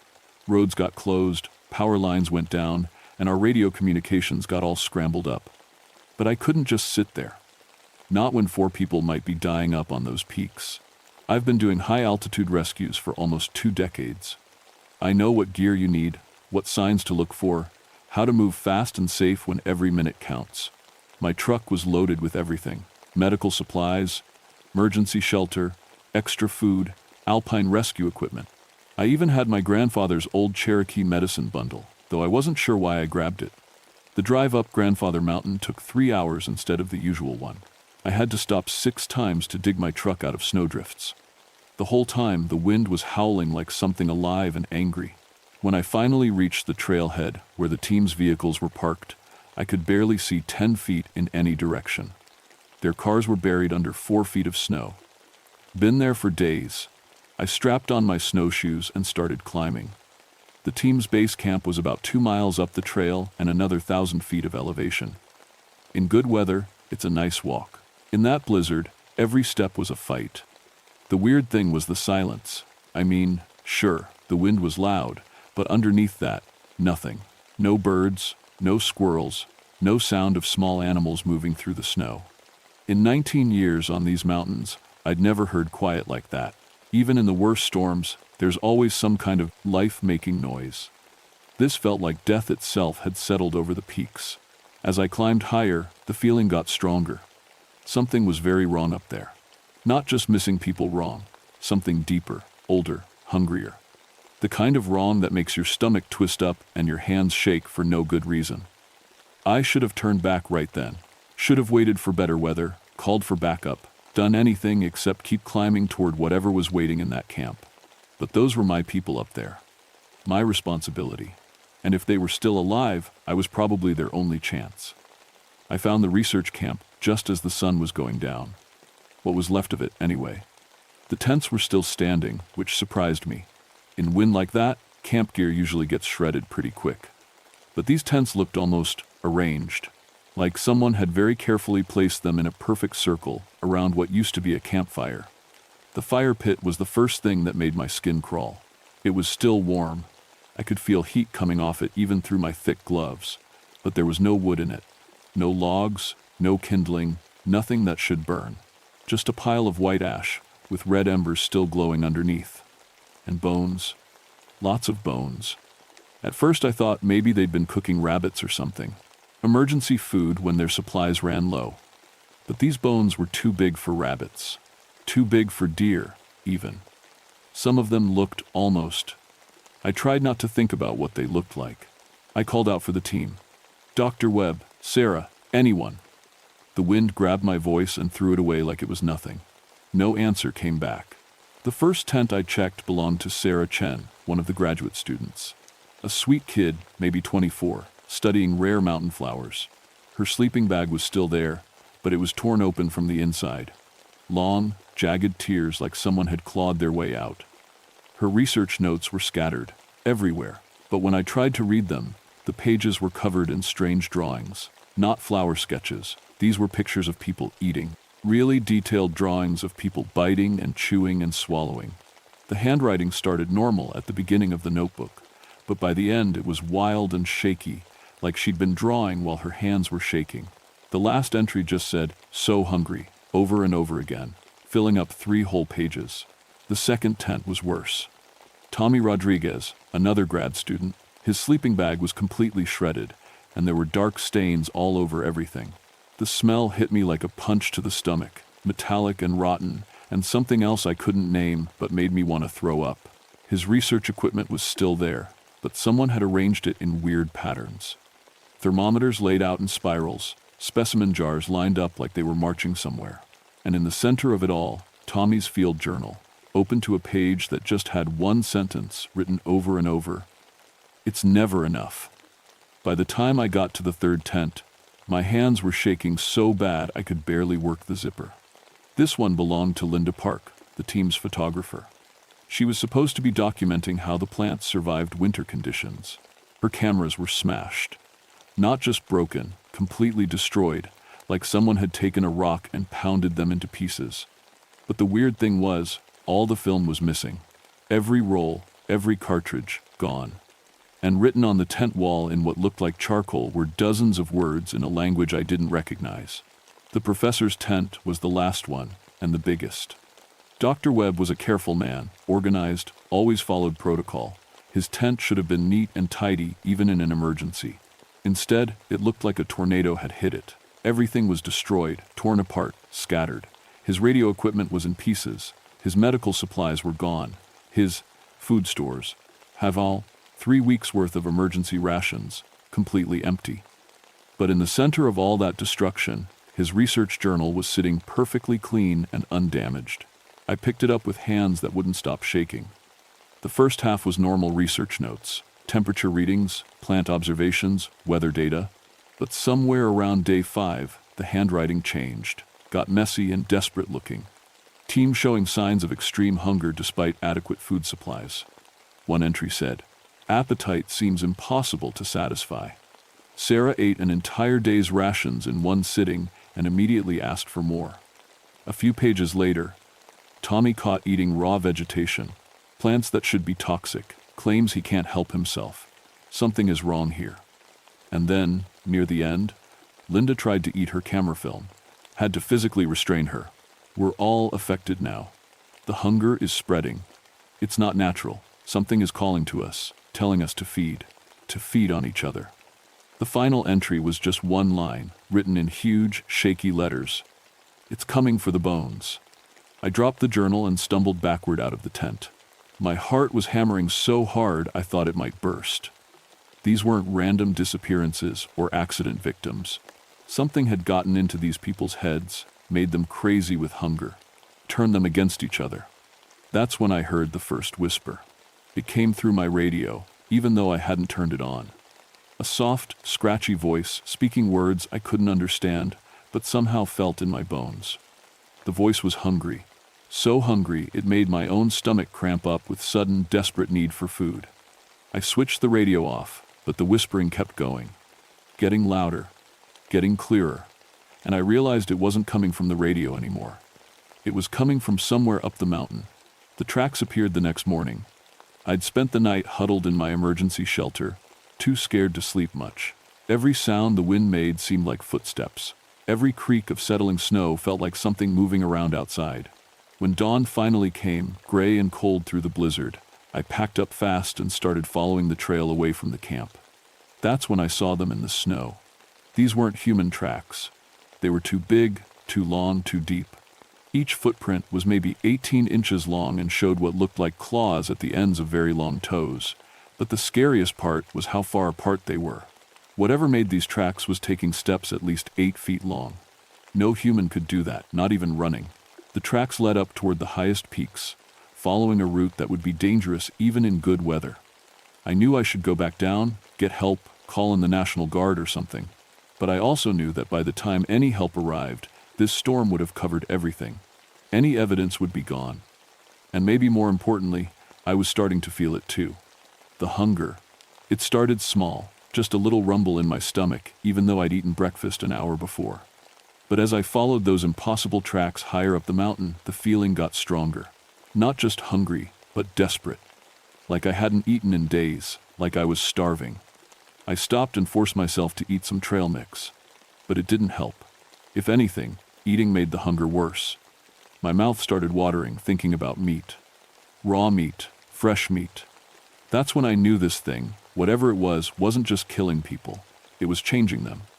The tracks led to a place I'd never seen before, even after 19 years on these mountains. A little valley tucked between 2 peaks, completely hidden unless you knew exactly where to look. The trees here were different. Taller, darker, growing in perfect circles like they'd been planted on purpose. And in the center of the largest tree circle, I found what was left of the research team. They were arranged in a pattern around what looked like an altar made of stacked stones. All four of them, sitting in a perfect square, facing each other. At first I thought they were just bones, picked clean and white. But when I got closer, I could see they weren't completely dead. Not yet. Dr. Webb's eyes followed me as I approached. He couldn't speak. His throat was too damaged, but his eyes were alive and aware and full of a terrible hunger. His arms and legs were gone, chewed off clean at the joints, but somehow he was still breathing. Sarah Chen was in even worse shape. Half her face was missing, but she was trying to reach toward Tommy Rodriguez with the stumps of her arms, making little whimpering sounds like a hungry baby. They had eaten each other, piece by piece, bit by bit, but not enough to die. Just enough to feed the thing that was controlling them. The hunger hit me like a physical blow. Suddenly, I wanted nothing more than to join them in that circle, to sit down and start feeding. My mouth was full of saliva and my hands were reaching toward Dr. Webb before I even realized I was moving. That's when I heard the real voice for the first time. "Come," it said, and the words seemed to come from inside my own head. "Sit with them, feed with them. You are so hungry, Catherine Mountainheart. So very, very hungry." The voice was right. I was hungry, hungrier than I'd ever been in my life. Hungry enough to do anything, eat anything, to make the pain stop. I took a step toward the circle, then another. Dr. Webb's eyes got wide and excited. Sarah made a happy little gurgling sound. They wanted me to join them. We could all be hungry together. But something stopped me, a memory of my grandmother's voice, telling me old Cherokee stories about the winter spirits, about things that fed on human need and turned people into monsters, about how the only way to fight them was to remember who you really were. I am Catherine Mountainheart. I am the guardian of this mountain, and I will not feed. I forced myself to step backward, away from the circle. The hunger roared inside me like a living thing, demanding that I go back, that I sit down and feed and be happy forever. Instead, I reached for my grandfather's medicine bundle. The moment my fingers touched the leather pouch, the hungry voice in my head screamed. Not with words, but with pure rage and frustration. The sound was so loud, I fell to my knees, holding my ears. When I looked up, I saw it. The Wendigo stood at the edge of the tree circle, maybe 12 feet tall and thin as a skeleton. Its skin was gray-white like old ice, stretched tight over bones that stuck out at impossible angles. Its arms were too long, its legs were too long, everything about it was stretched and wrong. But the worst part was its face. It looked almost human, except for the mouth. The mouth was full of teeth, not just the front ones, but rows and rows of sharp teeth going all the way back into its throat. And its eyes were completely black, like holes in the world. It was looking right at me with those empty eyes, and I could feel its hunger like cold fingers crawling over my skin. "Mine," it said, and its voice was the sound of winter wind through dead trees. "They are mine. You will be mine." The thing started walking toward me, moving too fast and too smooth, like it was floating just above the snow. Each step it took made the hunger inside me stronger. I had maybe 30 seconds before it reached me. 30 seconds to figure out how to fight something that shouldn't exist. That's when I remembered the rest of my grandmother's stories. The ones about how the old warriors used to cleanse the mountain when the hunger spirits came. I fumbled with my grandfather's medicine bundle, trying to remember the old words, while the Wendigo glided toward me across the snow. My grandmother had made me learn them, and when I was little, said they were important for mountain guardians to know. I'd thought it was just tradition. Turns out tradition exists for good reasons. "Nvi Yelvi," I whispered, the Cherokee words feeling strange on my tongue after so many years. "Anianega Nazgi." The darkness cannot touch the pure heart. The Wendigo stopped moving. Its black eyes got wider, like it was surprised I knew the old language. That gave me enough time to really look at it, to understand what I was facing. This wasn't just some random monster. It was what happened when the hunger got so strong it took over completely. When people gave in to eating each other, they didn't just die, they became something else. Something that could never be satisfied. "You created them," I said, looking at the 4 research team members still arranged in their feeding circle. "You made them so hungry, they started eating each other. And that turned them into, what, baby versions of you?" The Wendigo's mouth opened in what might have been a smile. All those rows of teeth gleamed like ice. "Hunger calls to hunger," it said. "They fed the need. They became the need. Soon you will join them." No, I said, standing up with the medicine bundle clutched in my hands. I won't. That's when it rushed me. The thing moved faster than anything that size should be able to move. 1 second it was 20 feet away, the next it was right in front of me, those long arms reaching for my throat. I threw myself sideways and rolled, coming up behind one of the big trees. The Wendigo slammed into the tree trunk so hard the whole mountain seemed to shake. Chunks of bark and ice flew everywhere. When it turned around to face me, I could see that its shoulder was bent at a weird angle. But it didn't seem to care about being hurt. Mine? It said again. You smell of the old blood. Mountain guardian blood. You will taste so much better than the others. It started walking toward me. Again, but slower this time. Playing with me. I could feel the hunger rising up inside my chest like a living thing, making me dizzy and weak. I reached into the medicine bundle and pulled out what I was looking for. A small piece of white sage and a piece of flint my grandfather had used for ceremonies. My hands were shaking so bad I could barely hold them. Maya Yelvi, I said again, louder this time. Anionega Nazgi, Galvquodiu du Godiv. The darkness cannot touch the pure heart. The cleansing fire burns away evil. The Wendigo hissed and took a step back. Old words, it spat. Dead words. The Cherokee are gone from these mountains. Their protection is gone. I'm still here, I said. I'm Cherokee. I'm the mountain guardian. And you're trespassing. I struck the flint against my belt buckle, trying to get a spark. The sage was old and dry. It should catch fire easy. But my hands were shaking too much, and the Wendigo was getting closer. Look at them, the creature said, gesturing toward the research team. See how happy they are? No more worry, no more pain. Only the sweet satisfaction of feeding. You could be like them. You could be free of all the terrible weight of caring for others. For just a second I looked. Dr. Webb was staring at me with those hungry eyes, but there was something else there too. Something that looked almost grateful. Like maybe being turned into a feeding machine was better than being responsible for other people's lives. The hunger surged inside me again, stronger than ever. I could just sit down with them, stop fighting, stop worrying about everyone else, just to feed. The flint slipped out of my hands and fell into the snow.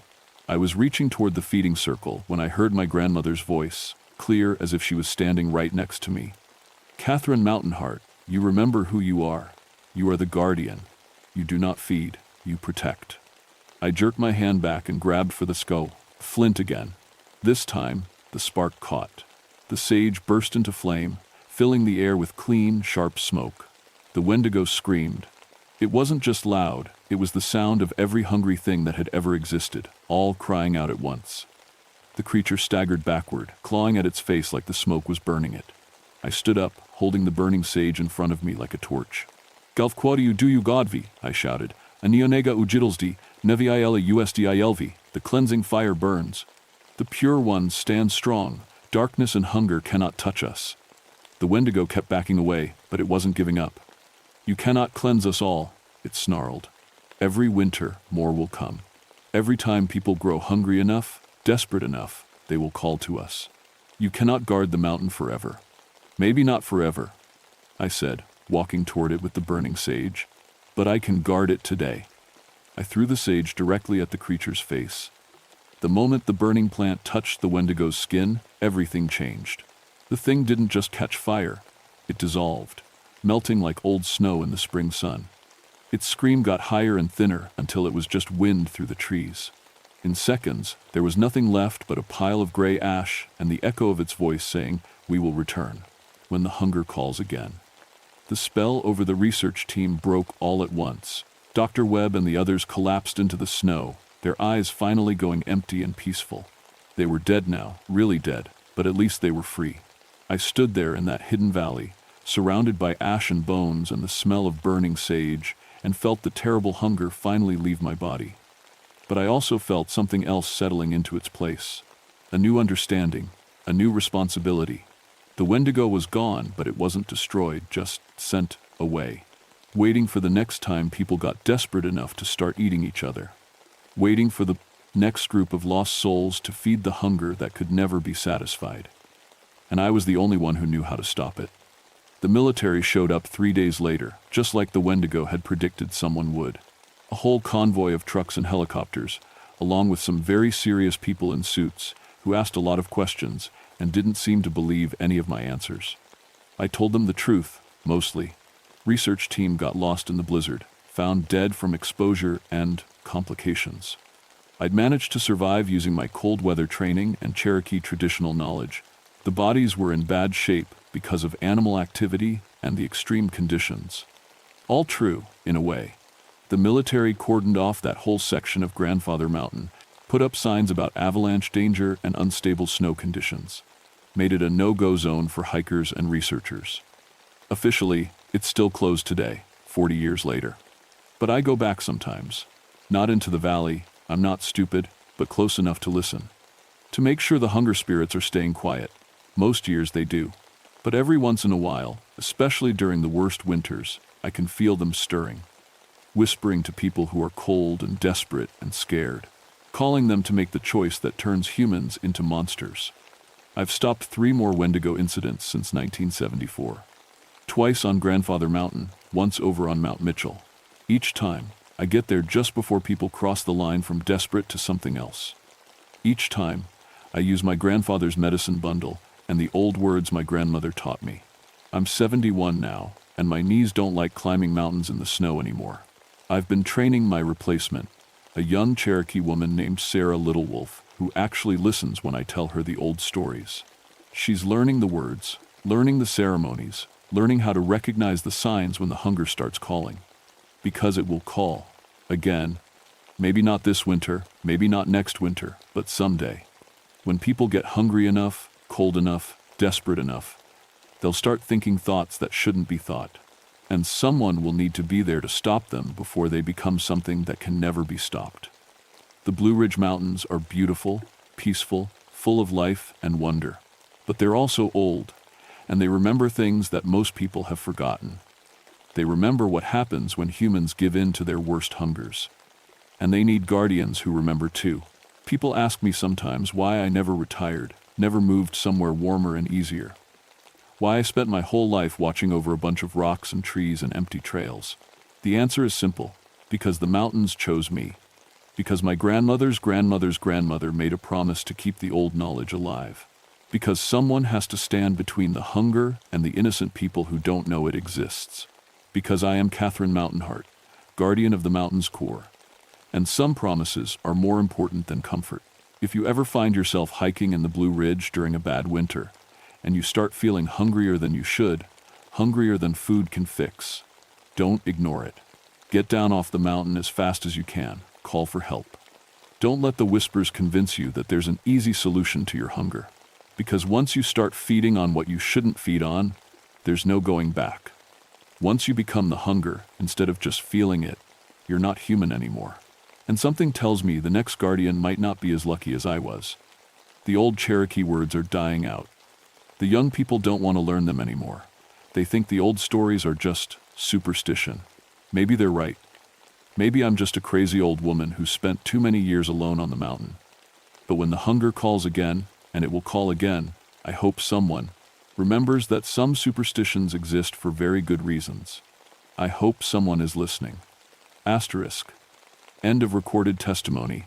Catherine Mountainheart, Blue Ridge Parkway Service, 2015. File sealed by order of the Department of Interior. Asterisk.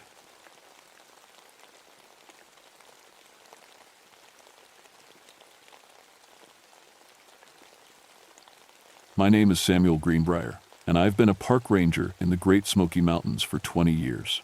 Started back in 1949, fresh out of the Army, thinking I knew everything about the wilderness. Boy, was I wrong. See, I grew up on a cattle ranch just outside Gatlinburg.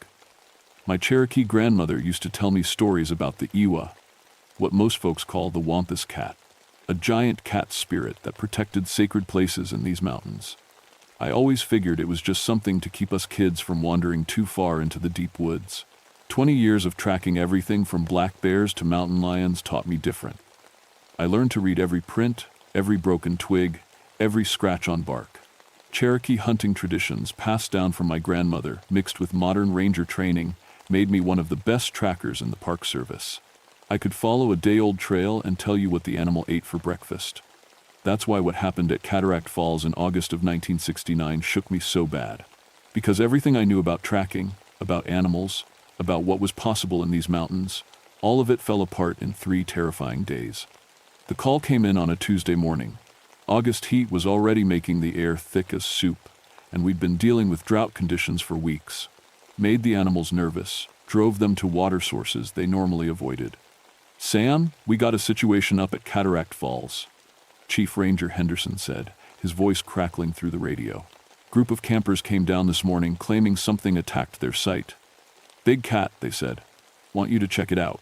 I grabbed my gear, plaster for casting prints, measuring tape, my grandfather's Cherokee tracking tools, and my .30-06 rifle, just in case.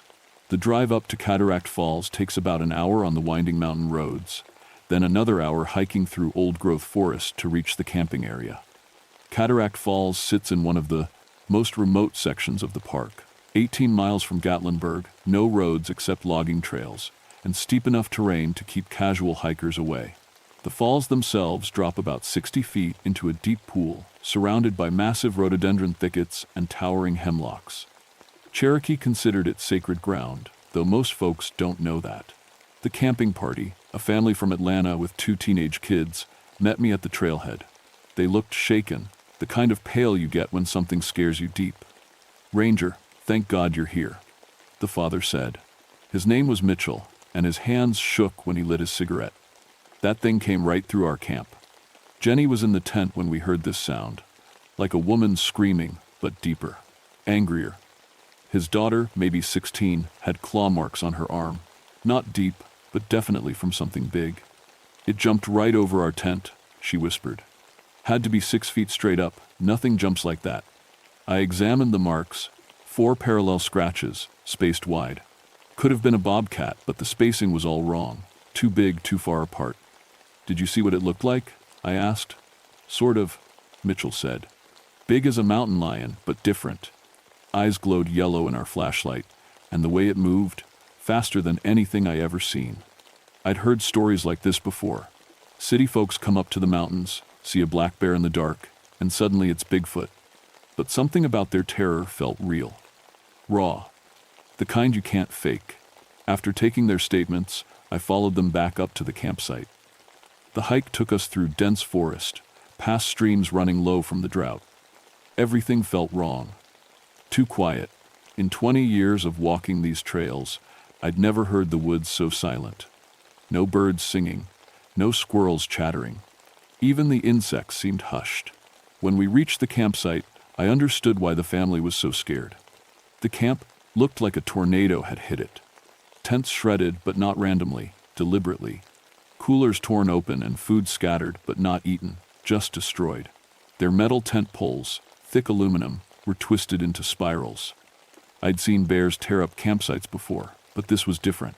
More violent, more purposeful.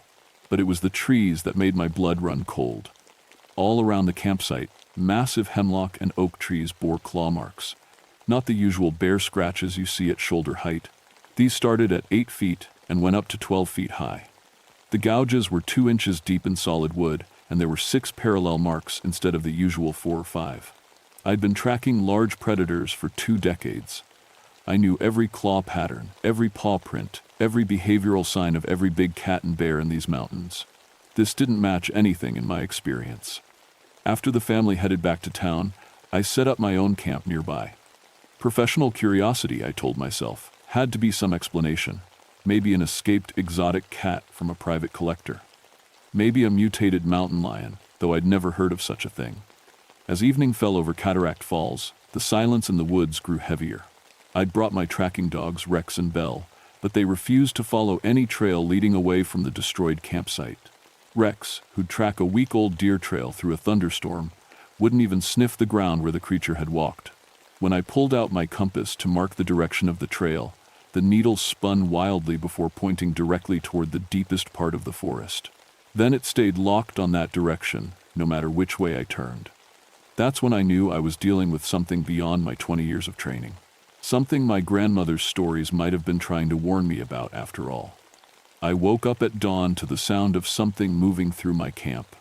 Not walking, moving. like water flowing, but with weight behind it.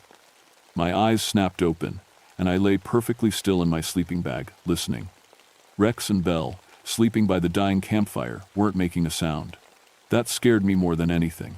Those dogs would bark at a falling leaf on a calm night. The movement stopped about 10 feet from my tent. I could feel something watching me. You know that feeling, when the hair on your neck stands up and your body knows it's being hunted, even if your mind hasn't caught up yet. 20 years in these mountains, and I'd never felt anything like it.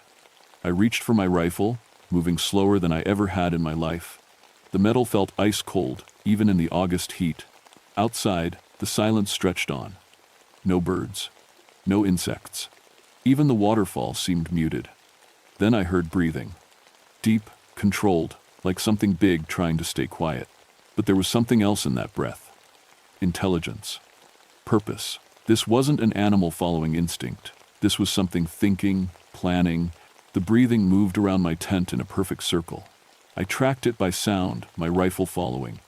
Whatever was out there took exactly 24 steps to complete the circle. I counted each one. When it finished, the breathing stopped. I waited another hour before crawling out of my tent. The campsite looked normal. Rex and Belle were still asleep, though that was strange in itself. They usually woke up when I did. I checked around my tent for prints, found them about 6 feet out, forming a perfect circle around where I'd slept. The prints were unlike anything I'd ever seen. Cat-like, but wrong. Too big, nearly 7 inches long and 5 inches wide. But it was the toes that made my hands shake. 6 of them. 6 distinct toe marks, each ending in a claw impression that sank an inch into the hard-packed dirt. I'd studied every track guide, every animal identification manual the Park Service had. Cats have 5 toes on their front paws, 4 on the back. Dogs have 4 on both. Nothing in North America has 6-toed paws. Nothing natural, anyway. I made plaster casts of the clearest prints, my hands moving automatically while my mind raced. The stride length was impossible, nearly 8 feet between prints. No cat could cover that much ground in a single step, not unless it was moving faster than any animal should be able to move. Following the trail led me away from Cataract Falls, deeper into the old-growth forest where tourists never went. The prints were easy to follow at first. The creature had left deep impressions in every patch of soft earth. But after about a quarter mile, something strange happened. The prints started getting lighter, shallower, like whatever made them was getting lighter as it moved. After half a mile, they disappeared completely. Not faded away. Disappeared. One moment there was a clear 6-toed print in soft creek mud. The next moment, nothing. I searched in widening circles for 2 hours. Found deer tracks, bear scat, bird scratches in the dirt. But the trail I'd been following just ended. Like whatever made those prints had stepped out of the physical world. I was crouched by the creek, staring at that last print when I heard the scream. It came from behind me, back toward my camp. A sound that made every muscle in my body lock up with fear. Not quite human, not quite animal. Like a woman's voice filtered through a predator's throat. It rose and fell in waves, echoing off the canyon walls until it seemed to come from everywhere at once. Rex and Belle started howling. I'd never heard them make sounds like that, high, desperate, like they were calling for help from something they couldn't fight. I ran back through the forest, crashing through underbrush that caught at my clothes and cut my face. The scream came again, closer now, and I could hear something else underneath it. Laughter. Cold, intelligent laughter that promised terrible things. When I reached my camp, everything was wrong. My tent had been moved, not knocked over or dragged, picked up and placed 15 feet to the left, perfectly level, still staked down. My gear was arranged in a neat circle around the dead campfire. Not scattered or destroyed, arranged. Like someone had been organizing my belongings while I was gone. Rex and Belle were sitting at the edge of camp, perfectly still, staring into the forest. Their ears were flat against their heads, and they were shaking. When I called their names, they didn't respond, just kept staring into the trees like they were seeing something I couldn't. I followed their gaze and saw them. Eyes, yellow eyes, watching from the shadows about 30 feet away. Too high off the ground to belong to any normal animal. Maybe 10 feet up, which meant whatever they belonged to was either very tall or sitting in a tree. But there was no tree where those eyes were floating. I raised my rifle, and the eyes blinked once, slow, deliberate, like whoever was behind them was amused by my weapon. Then they moved. Not side to side like an animal turning its head. They moved straight up, higher into the canopy, until they disappeared among the leaves. But I could still feel them watching. Still feel that cold intelligence studying me like I was some interesting bug. That's when I started to understand what my grandmother had been trying to tell me all those years ago. The Wampus cat wasn't just a story to scare children. It was a warning about things that lived in these mountains long before the first settlers arrived.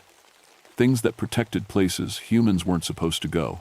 And I had the sinking feeling I'd stumbled into the middle of territory that very much did not want me there. The eyes stayed with me as I packed up my camp. I could feel them tracking my every movement, calculating, planning. When I finally hiked back toward the ranger station, they followed. Always just at the edge of vision, always watching. It wasn't until I reached the main trail that the feeling of being hunted finally faded. But I knew it wasn't over. I'd seen something that wasn't supposed to exist, and it had seen me back. Whatever lived in the deep woods around Cataract Falls was deciding what to do about that. I just hoped I'd get a say in the matter. 3 days later, the killing started. I was in the ranger station filling out my incident report when the call came in. 2 hikers found dead near Cataract Falls, their bodies arranged in a way that made the county sheriff throw up twice before he could finish examining the scene. "Sam, I need you up there," Sheriff Morrison said over the radio. His voice shook. "This ain't like anything I ever seen. Bring your tracking gear, and maybe some of them Cherokee contacts you got. Think we might need 'em." The drive back to Cataract Falls felt different this time. Longer. Like the mountain itself was trying to keep me away. My radio crackled with static, and my truck's engine kept missing, though I'd just had it serviced. By the time I reached the trailhead, storm clouds were gathering, even though the weather report called for clear skies. Sheriff Morrison met me at the trail entrance with 3 of his deputies. All of them looked pale, shaken. Morrison had been law enforcement in these mountains for 15 years, seen bear attacks, hunting accidents, even a few murders. Nothing rattled him. Today, his hands shook when he lit his cigarette. "Bodies are about a mile in," he said. 2 college kids from Knoxville. Came up here for some nature photography. What we found." He took a long drag. "Sam, I've seen what bears do to people. I've seen what mountain lions do. This ain't that." The hike-in was quiet except for our footsteps. No birds, no insects. Even the wind seemed muted. My skin kept crawling, like invisible eyes were tracking our movement. Twice I spun around, certain something was following us, found nothing but empty trail. When we reached the scene, I understood why Morrison looked so shaken. The 2 victims, a boy and girl, maybe 20 years old, had been killed near the base of the waterfall. But they hadn't just been killed, they'd been positioned, arranged. The boy sat with his back against a massive oak tree, arms spread wide, head tilted back. The girl knelt beside him, one hand on his shoulder, facing the forest. Like they were presenting themselves to something in the woods, like they were paying respect to something they'd disturbed. Both bodies bore the same claw marks I'd seen on the camping family's daughter. But these were deep, fatal. 4 parallel gashes across the throat, spaced too wide for any known predator. The wounds were clean, precise, not the random slashing you'd see in an animal attack. This was execution. "Look at their faces," Morrison whispered. I looked, then wished I hadn't. Both victims' eyes were wide open, but not with fear. With recognition. Like in their final moments, they'd seen something that answered a question they'd been carrying their whole lives. Around the bodies, the ground was covered with 6-toed prints. Hundreds of them, forming intricate patterns that looked almost like writing. Like something had been circling the victims for hours, leaving a message in a language none of us could read. "There's something else," Morrison said. He led me to a pile of rocks about 10 feet from the bodies. "Found this arranged on top of them." The objects were clearly Cherokee artifacts. Pottery shards, arrowheads, what looked like pieces of a ceremonial pipe. Old pieces, the kind that belonged in museums, not scattered around a crime scene. "Kids were artifact hunters," one of the deputies said. "Found camping gear full of this stuff. Looks like they'd been digging up Indian burial sites." That's when I started to understand. The bee. Wampus Cat wasn't just hunting, it was protecting. These kids had violated sacred Cherokee burial grounds, and something very old and very angry had decided to teach them respect the hard way. I spent the next hour tracking around the scene while the coroner worked. The prince told a story that made my blood run cold. Whatever killed these kids had stalked them for hours before making its move. The trail showed it had followed them from at least 3 different burial sites scattered throughout the forest. It knew exactly what they'd been doing, and it had planned their punishment accordingly. "Sam," Morrison called, "you need to see this." He was standing by a tree about 20 yards from the bodies. The trunk was carved with symbols I recognized from my grandmother's stories. Cherokee protection markers, warnings to stay away from sacred ground. But these weren't old carvings weathered by time. These were fresh, cut deep into the bark sometime in the last few days. "Think your grandmother's stories got any advice for dealing with something like this?" Morrison asked. Before I could answer, we heard it. That same scream I'd heard at my camp, but closer, louder. It echoed off the canyon walls and seemed to come from everywhere at once. The deputies reached for their weapons, but I grabbed Morrison's arm. "Don't," I said. "Guns won't help with this." "What do you mean guns won't?" The scream came again, and this time I saw the source. High in the canopy, moving through the treetops like it weighed nothing, was a shape that shouldn't exist. Cat-like but wrong, bigger than any mountain lion, with yellow eyes that glowed even in daylight. It moved from tree to tree, without jumping, just flowing through the branches like liquid shadow. "Jesus Christ," one of the deputies whispered. "What is that thing?" It stopped directly above us, about 40 feet up in an oak tree that couldn't possibly support the weight of something that large. For a long moment, it just watched us. I could feel its intelligence, its anger, its absolute confidence that we were trespassing in its domain. Then it spoke. Not words exactly, but a sound that felt like communication. Low, rumbling, with an undertone that bypassed my ears and went straight to my bones.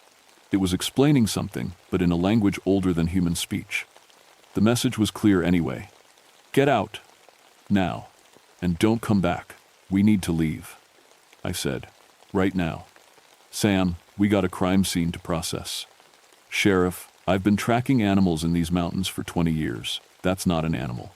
That's something else entirely. And it's telling us to leave its territory before it decides we're as guilty as those kids were." Morrison looked up at the creature in the trees. It hadn't moved, hadn't made another sound, but its presence pressed down on us like a physical weight, making it hard to breathe, hard to think clearly. "Pack it up," he told his deputies. "We'll come back with more men." As we gathered our gear and started back down the trail, I could feel the creature following us. Always just out of sight, always watching. The pressure didn't ease until we reached the main trail, and even then I felt like we were being escorted out rather than leaving on our own. When we reached our vehicles, Morrison grabbed my arm. "Sam, what are we dealing with here? Really?"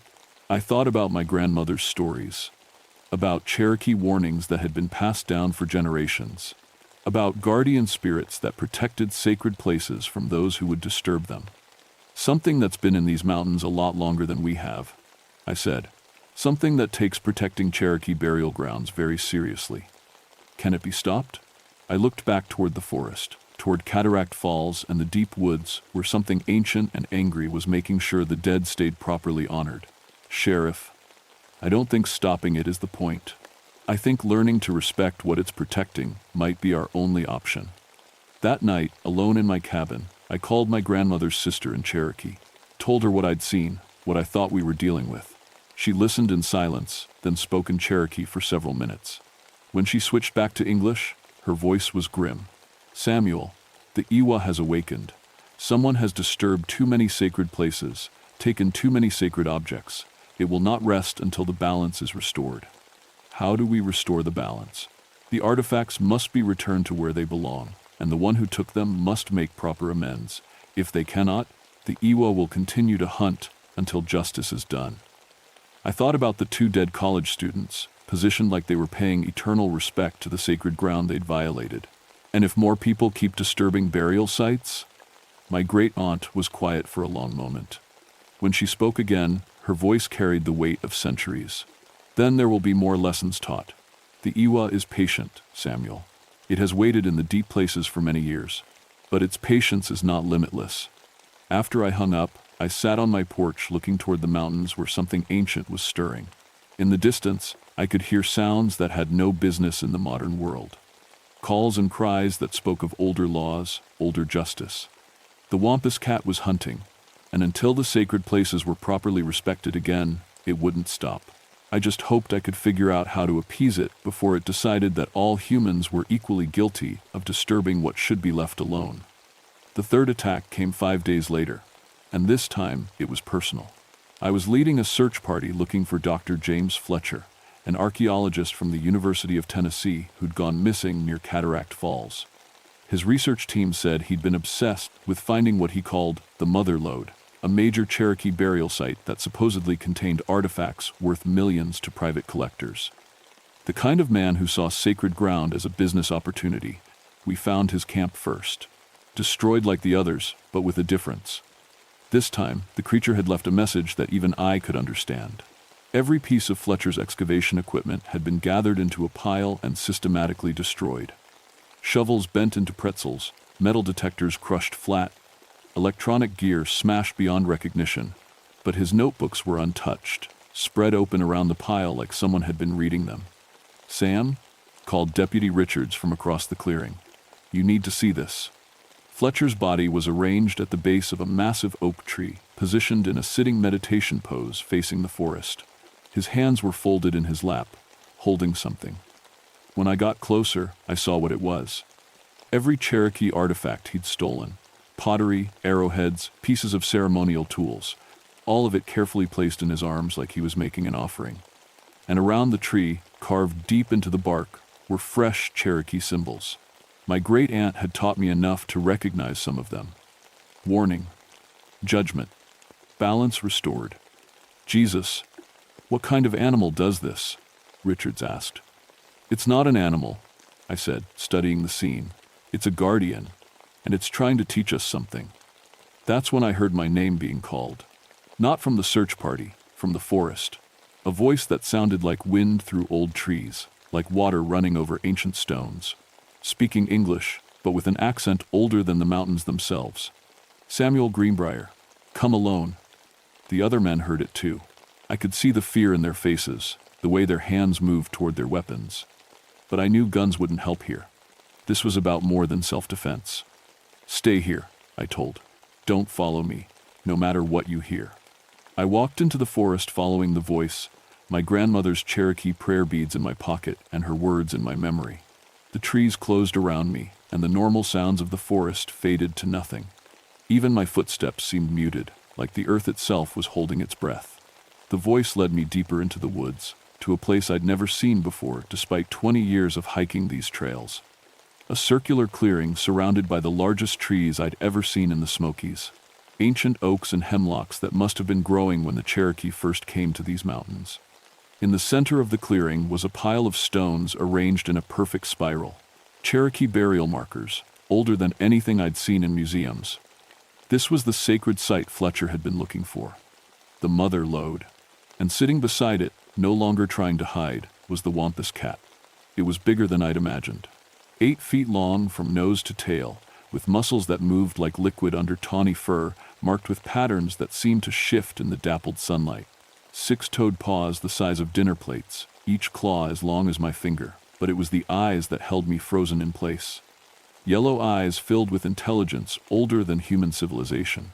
Eyes that had watched the Cherokee build their first settlements, had seen the first European explorers, had witnessed the Trail of Tears and the centuries of desecration that followed. Eyes that judged me and found me. Interesting. When it spoke, the voice came from everywhere and nowhere, vibrating through my bones rather than my ears. Samuel Greenbrier, grandson of Ayanna Greenbrier, who knew the old ways. You carry her blood, her respect for sacred things. I couldn't speak, could barely breathe. The presence of this creature pressed against my mind like a physical weight, ancient and vast and utterly alien to human understanding. Your people. They have forgotten the laws. They dig up the bones of my charges, scatter sacred objects like trinkets. They turn burial grounds into shopping opportunities. The Wampus cat rose to its feet, and I realized it was even larger than I'd thought. When it stood, its head was level with mine, and I could see the intelligence burning behind those impossible eyes. I have been patient. I have given warnings. But patience has limits, even for guardians. What do you want? I managed to whisper. Justice, balance, respect for what your ancestors promised to honor. It moved closer, and I could feel the heat radiating from its body, smell the scent of deep forest and ancient earth. The stolen artifacts must be returned. The disturbed graves must be restored. And someone must ensure it never happens again. How? I'm just a park ranger. I can't control what people do. The creature's eyes seemed to look right through me, seeing something I couldn't understand. You carry the old blood. You know the sacred places. You could become what Fletcher and his kind feared most. What's that? A guardian, like me. The words hit me like a physical blow. You want me to. Protect what remains. Watch over the sacred sites. Ensure the balance is maintained. The wampus cat moved around me in a slow circle, and I could feel its power washing over me like a tide. Those who disturb sacred ground would learn to fear you as they have learned to fear me. And if I refuse, then I continue my work alone. But your people multiply, and their greed grows stronger. Eventually, I will be forced to protect these mountains by methods your kind would find unpleasant.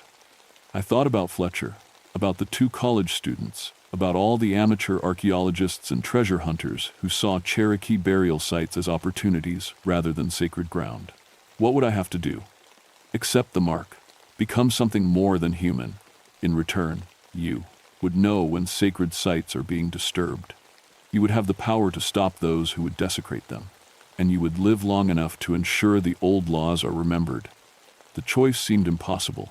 Remain human and watch as more sacred sites were destroyed, more artifacts stolen, more ancient burials scattered to the winds. Or accept transformation into something like the creature before me, become a guardian myself. The mark comes with a price, the wampus cat said, reading my thoughts. You would no longer be fully human. Your life would be bound to these mountains, to the sacred sites you protect. And you would be alone, as I have been alone, for as long as the mountains stand. I thought about my grandmother, about the stories she'd told me of Cherokee guardians who protected sacred places, about the responsibility that came with understanding the old ways. If I accept, what happens to you? I return to the deep places, to sleep until I am needed again. The burden would pass to you, as it passed to me from another long ago. I closed my eyes and felt the weight of decision pressing down on me. When I opened them again, the wampus cat was watching me with something that might have been sympathy. Choose, Samuel Greenbrier. But choose knowing that once given, the mark cannot be undone. I thought about Fletcher's body, arranged in eternal respect for the graves he'd violated. About the 2 college students, positioned like they were offering apology to the ancestors they'd disturbed. About all the sacred sites that had been lost, because no one was there to protect them. I accept, I said. The wampus cat nodded once, then placed one massive paw on my chest. Pain shot through me like lightning, and I felt something fundamental change in my body, my mind, my very soul. The world suddenly became bigger, more complex. I could sense every living thing in the forest, could feel the pulse of the earth itself beneath my feet. And I could feel the sacred sites scattered throughout the mountains, some protected, some violated, all of them calling to something deep inside me that hadn't existed moments before. When the transformation finished, I was still human. But I was also something more, something with the power to protect what needed protecting, to ensure that the ancestors would rest undisturbed. The wampus cat stepped back, and I could see approval in its ancient eyes. It is done. The burden passes. Guard them well, Samuel Greenbrier. Then it turned and walked into the forest, fading like mist until only the memory of yellow eyes remained. I stood alone in the sacred clearing, feeling power coursing through my veins and responsibility settling on my shoulders like a heavy cloak. In the distance, I could hear the search party calling my name. Time to go back to the world of humans. Time to begin my new work as a guardian. I returned to the search party 3 hours later, though it felt like days had passed in that sacred clearing. The other men were relieved to see me, but I could tell they sensed something different. The way they looked at me, spoke to me. like they were talking to a stranger wearing Sam Greenbrier's face. They weren't wrong. "Find anything out there?" Deputy Richards asked. "Just more forest," I said. But even as the words left my mouth, I could feel the lie burning in my throat. Everything was different now. I could sense things I'd never noticed before. The way the trees whispered warnings about intruders, the way the earth itself mourned over disturbed graves, the way sacred sites called out like beacons in my mind. We processed Fletcher's death as another animal attack. Officially, that's what it was. A large predator of unknown species, possibly an escaped exotic cat, was responsible for 3 deaths in the Cataract Falls area. The Park Service quietly closed several trails and relocated camping areas away from what I now knew were Cherokee burial sites. No one questioned my recommendations about which areas to avoid. They couldn't have explained why, but they trusted my judgment in ways they never had before. Over the following weeks, I began to understand what my transformation meant. I could sense when someone was disturbing sacred ground from miles away, felt it like a physical pain in my chest. I could move through the forest faster than any human should be able to, track without leaving prints of my own, and see in darkness as clearly as daylight. Most importantly, I could project fear. Real, primal terror that sent would-be grave robbers running before they could do serious damage to sacred sites. The first test came in September. A group of amateur archaeologists from Atlanta arrived with metal detectors and shovels, having read about Fletcher's research online. They set up camp near an old Cherokee burial ground and started digging that very night. I felt them the moment their first shovel bit into sacred earth. By the time I reached their campsite, moving silently through forest that parted before me like water, they'd already unearthed several artifacts. Pottery shards, arrowheads, what looked like pieces of a ceremonial mask. I didn't announce myself. Didn't need to. I simply stood at the edge of their camp and let them feel my presence. Let them sense the anger radiating from something that was no longer entirely human.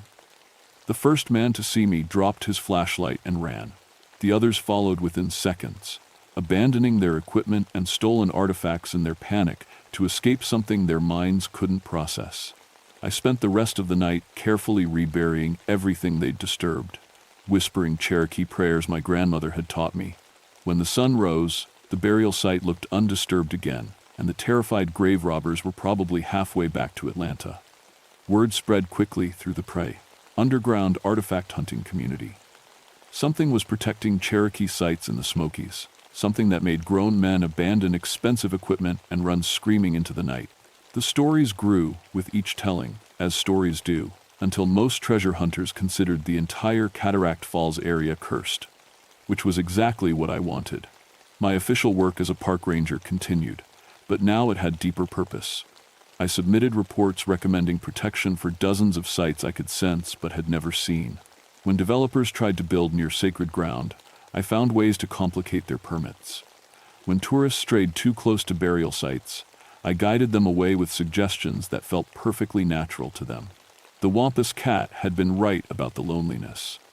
As months passed, I found it harder to relate to other humans. Their concerns seemed small, temporary. Their lives flashed by like mayflies while I felt the weight of centuries pressing down on my shoulders. But I also felt the peace that came from sacred sites remaining undisturbed. The gratitude of ancestors who could finally rest without fear of desecration. The balance between past and present slowly being restored. On quiet nights, when I walked the moonlit trails that had become my true home, I sometimes caught glimpses of yellow eyes watching from the deep forest. The Wampus cat, checking on its successor, making sure the burden was being carried properly. It never spoke to me again, didn't need to.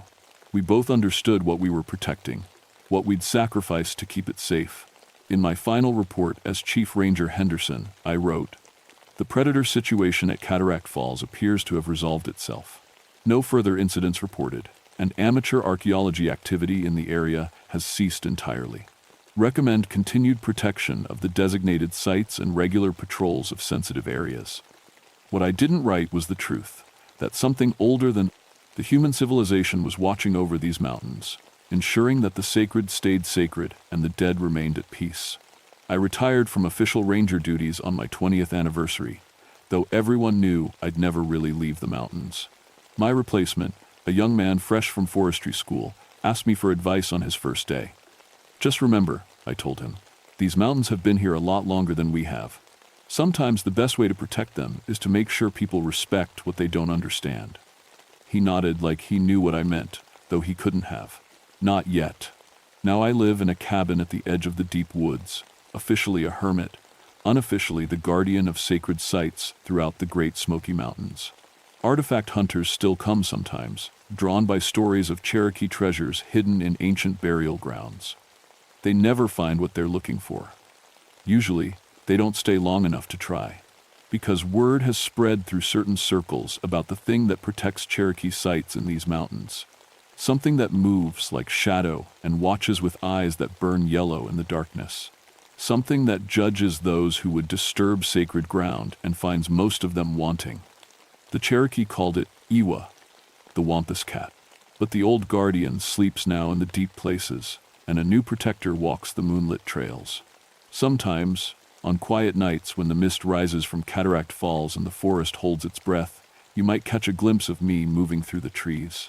Might feel the weight of ancient eyes measuring your intentions, your respect for things beyond human understanding. If you're just a hiker enjoying the mountains, you'll feel nothing but the peace of the deep woods. But if you've come looking for Cherokee artifacts, planning to dig up sacred ground for profit, well, you'd better hope you never meet the thing that's taken over protecting these mountains. Because unlike the old guardian, I still remember what it was like to be human, and that makes me far less patient with those who forget what respect means. The sacred sites sleep peacefully now, watched over by something that understands both the old ways and the new threats. And in the deepest parts of the forest, where the trees grow thick and the shadows hold secrets older than memory, the true guardians of these mountains continue their eternal watch. Some treasures are worth more than money.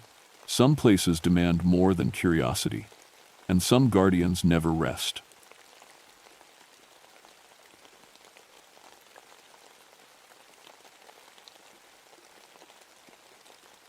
My name is Nathan Wolfhart, and I've been a park ranger in Jefferson National Forest for 18 years now. Started back in 1954, fresh out of Korea, looking for some peace in these Virginia mountains where I was born and raised. Never thought I'd be telling this story, but after what happened on Devil's Backbone Ridge in October of '72, I figure folks have a right to know. See, I'm what you'd call a practical man. Spent 4 years dodging bullets in Korea, then came home to work search and rescue in some of the toughest terrain on the East Coast. I've pulled more than 200 people out of these mountains. Hikers who got lost, climbers who took a bad fall, spelunkers who got themselves turned around in the cave systems. I know every trail, every rock face, every cave entrance from here to the Tennessee border. My granny used to tell stories about Devil's Backbone when I was little. Old Cherokee tales about something called Kitawa, a horned serpent that lived deep in the earth, guarding sacred places. She'd rock on the porch and spin yarns about how the creature would rise up if anyone disturbed the old places, the holy spots where the Cherokee used to pray and bury their dead. That ridge ain't called Devil's Backbone for nothing, Nathan, she'd say, pointing her gnarled finger toward the jagged limestone outcropping that cut across the sky like a broken spine. Cherokee knew better than to build there. White folks should learn the same lesson. I always figured it was just mountain superstition. Hell, I'd been up and down that ridge more times than I could count. The limestone formations make for tricky climbing, sure, and the cave systems run deep, some we still haven't mapped all the way through. But devils and serpents? That was just old-timey folks trying to explain things they didn't understand. Until October 23rd, 1972. That morning started like any other. Coffee at 5 a.m., weather report on the radio, checking my gear. The forecast called for fog rolling in by afternoon, maybe some early snow up high. Perfect weather for city folks to get themselves lost. I was loading my pack when the call came through on the radio. Missing persons report. 4 geology students from Virginia Tech who'd gone up to study the cave formations 3 days prior. Their professor expected them back Monday night. When they didn't show, he drove up to their campsite Tuesday morning and found their tents still set up, but no sign of the kids. Equipment's all there too, Sheriff Morrison told me over the crackling radio. Sleeping bags, cooking gear, even their wallets, like they just vanished into thin air. I'd handled hundreds of these cases. Sometimes people fall, sometimes they get lost and panic. Sometimes they just decide to keep hiking and forget to tell anyone. But leaving their wallets? That was strange. "I'll head up there this morning," I radioed back. "Probably holed up in one of the caves waiting out the weather." The drive up to Devil's Backbone takes about an hour on the old logging roads. The higher you get, the more the trees thin out, until you're looking at nothing but jagged limestone and scrub brush. The spine of the ridge runs for maybe 2 miles, broken by deep crevices and cave openings that drop down into the mountain's belly. Their campsite was exactly like the sheriff described. 4 tents in a neat line, cook stove still out, climbing ropes coiled and ready. I walked the perimeter, looking for tracks, broken branches, anything that might tell me which way they'd gone. That's when I found the first strange thing. Their gear was arranged in perfect circles. Not just dropped or scattered like you'd expect if they'd left in a hurry. The climbing hardware, helmets, pitons, carabiners, helmets, all laid out in 3 separate circles about 10 feet apart. Each circle was maybe 6 feet across, with the equipment spaced evenly around the edges. I stood there, scratching my head. Bears will scatter gear looking for food, but they don't arrange it in geometric patterns. Maybe the wind? But the equipment was too heavy, and besides, there wasn't enough wind up here to move a carabiner, let alone arrange it in circles. I took pictures with my Polaroid and made notes in my logbook. Then I started checking the cave entrances. Devil's Backbone has 17 mapped cave openings, ranging from little cracks you'd have to squeeze through sideways to cathedral-sized chambers that could hold a school bus. The geology students would have been most interested in the bigger caves, better formations, and easier access for their equipment.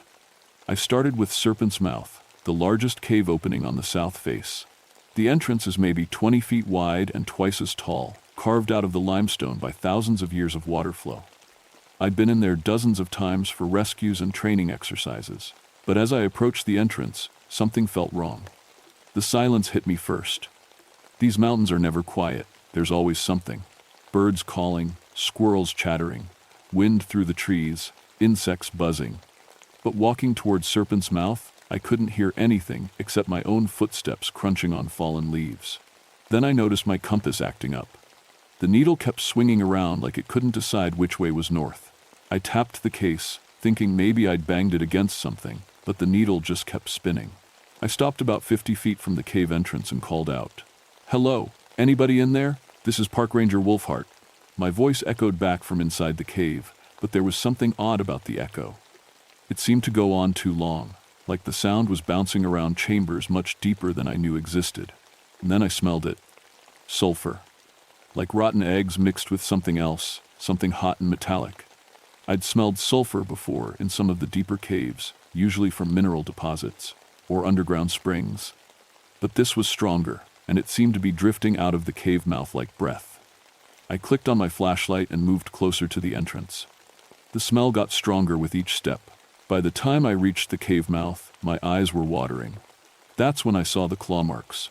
They were gouged into the limestone walls on either side of the cave entrance, starting about 8 feet up and running down to chest height. 4 parallel grooves, each one about an inch deep and as wide as my thumb. The limestone around the marks looked melted somehow, like whatever made them had been hot enough to soften the rock. I'd seen bear claws marks before. Hell, I'd seen mountain lion scratches. But bears can't reach 8 feet up a vertical wall, and no animal I knew of could melt limestone. I stood there staring at those marks, feeling that first cold touch of real fear creep up my spine. For the first time in 18 years of ranging these mountains, I was looking at something I couldn't explain. Something that made my granny's old stories start feeling a lot less like superstition. I radioed back to headquarters for backup. Standard procedure when things start looking unusual. Never go into an unknown situation alone. Jenkins was working the north sector that day, and he could be at my location within an hour. While I waited, I decided to check the other cave entrances. Maybe the claw marks were just some freak geological thing, the stone mine of K. Limestone can do strange stuff when water and minerals get involved. And the sulfur smell could be from a new hot spring. I'd seen weirder things in 18 years of mountain work. But every cave entrance I checked told the same story. Claw marks, sulfur smell, and that unnatural silence that made the hair on my neck stand up. By the time I reached the 4th cave, I noticed something else. The ground around each entrance felt warm, not sun-warmed. It was October in the mountains, maybe 40 degrees, and the sun was hidden behind thick clouds. But the limestone around these cave mouths was warm to the touch, like something inside was radiating heat upward through the rock. Jenkins arrived just after noon, bouncing up the logging road in his patrol truck with his 2 search dogs, Rex and Sadie. I'd worked with Jenkins for 6 years, and he was Eddie. He was solid, experienced, not the type to spook easy. If anyone could help me make sense of this situation, it was him. "What have we got, Nathan?" he asked, letting the dogs out of the truck. They immediately started sniffing around the campsite, tails wagging, ready to work. I filled him in on what I'd found, the arranged equipment, the claw marks, the warm ground. He listened without commenting, just nodding and taking notes. That's what I liked about Jenkins. He didn't judge or dismiss, he just gathered information. "Let's see these claw marks," he said. We walked over to Serpent's Mouth together. The dogs started to follow, then stopped about halfway there. Their tails went down, ears back, and they started whining.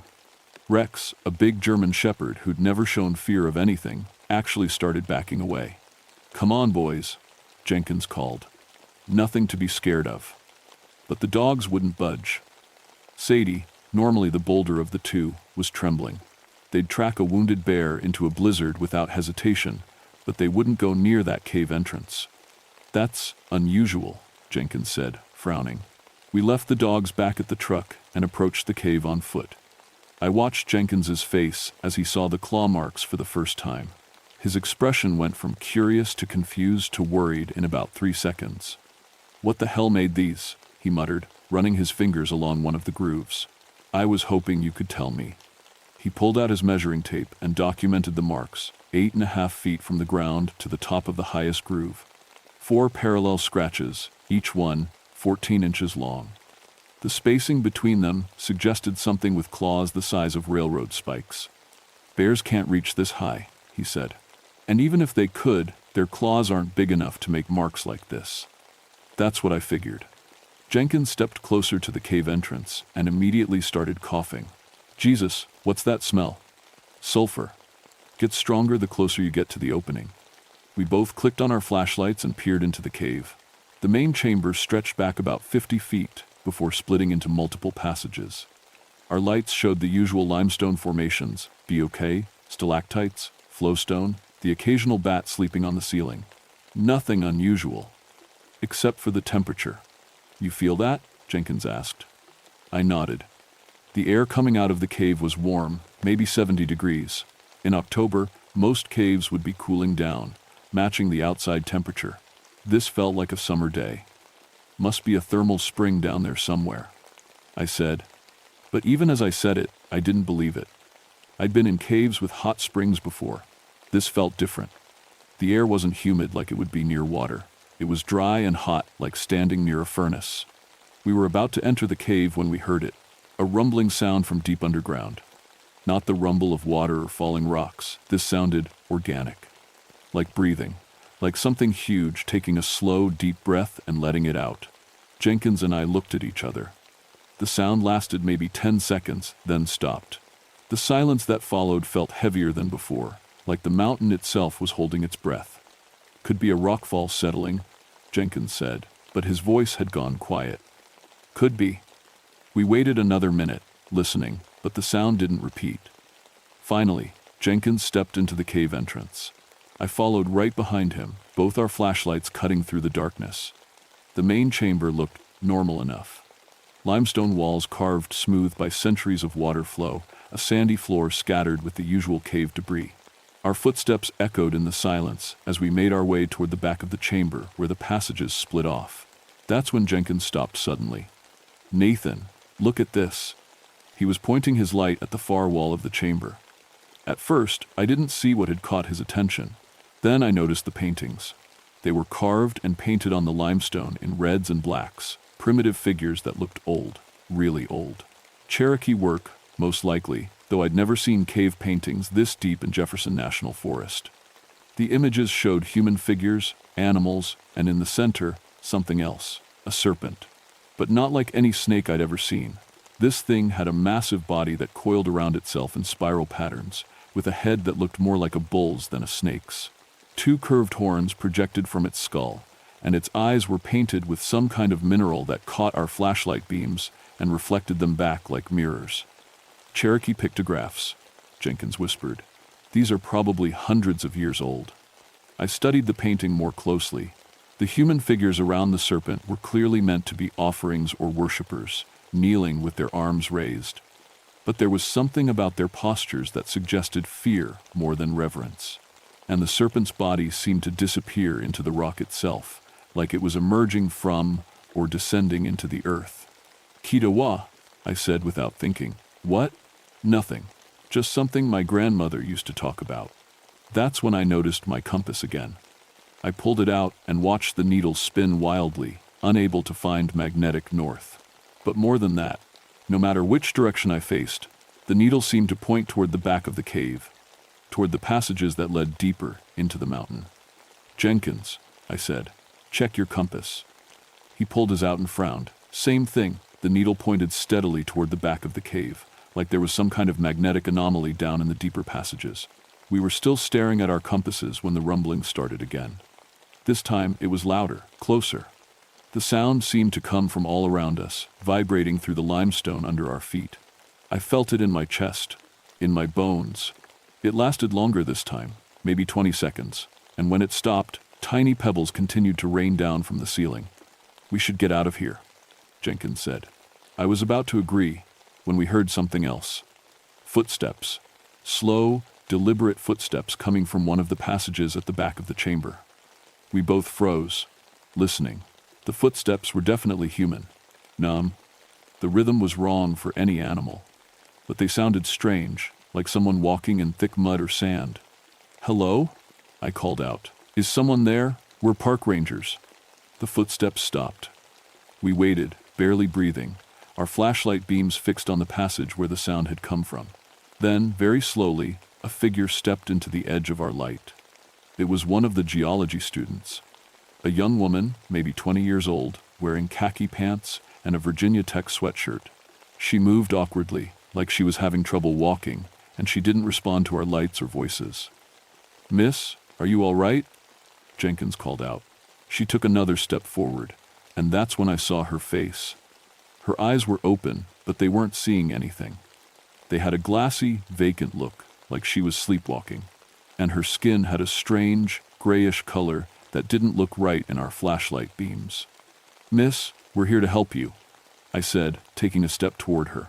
She opened her mouth like she was trying to speak, but instead of words, a sound came out that made my blood freeze. A low, rumbling growl that sounded nothing like human vocal cords could produce. The sound echoed off the cave walls and seemed to go on forever. Then she collapsed. Jenkins and I rushed forward, but when we reached the spot where she'd been standing, there was nothing there. No body, no sign that anyone had been there at all. Just smooth sand and limestone. We searched the passage with our flashlights, calling out, but found nothing. It was like she'd vanished into the rock itself. "What the hell was that?" Jenkins whispered. I didn't have an answer, but as we stood there in the darkness, I could feel something watching us from deeper in the cave. Something that had been waiting a long time for visitors. Something that had learned to use their faces. We got out of that cave faster than I'd ever moved in my life. Jenkins was right behind me, both of us stumbling over rocks in our hurry to reach daylight. When we burst out of Serpent's Mouth, the dogs started barking and wouldn't stop until we were halfway back to the trucks.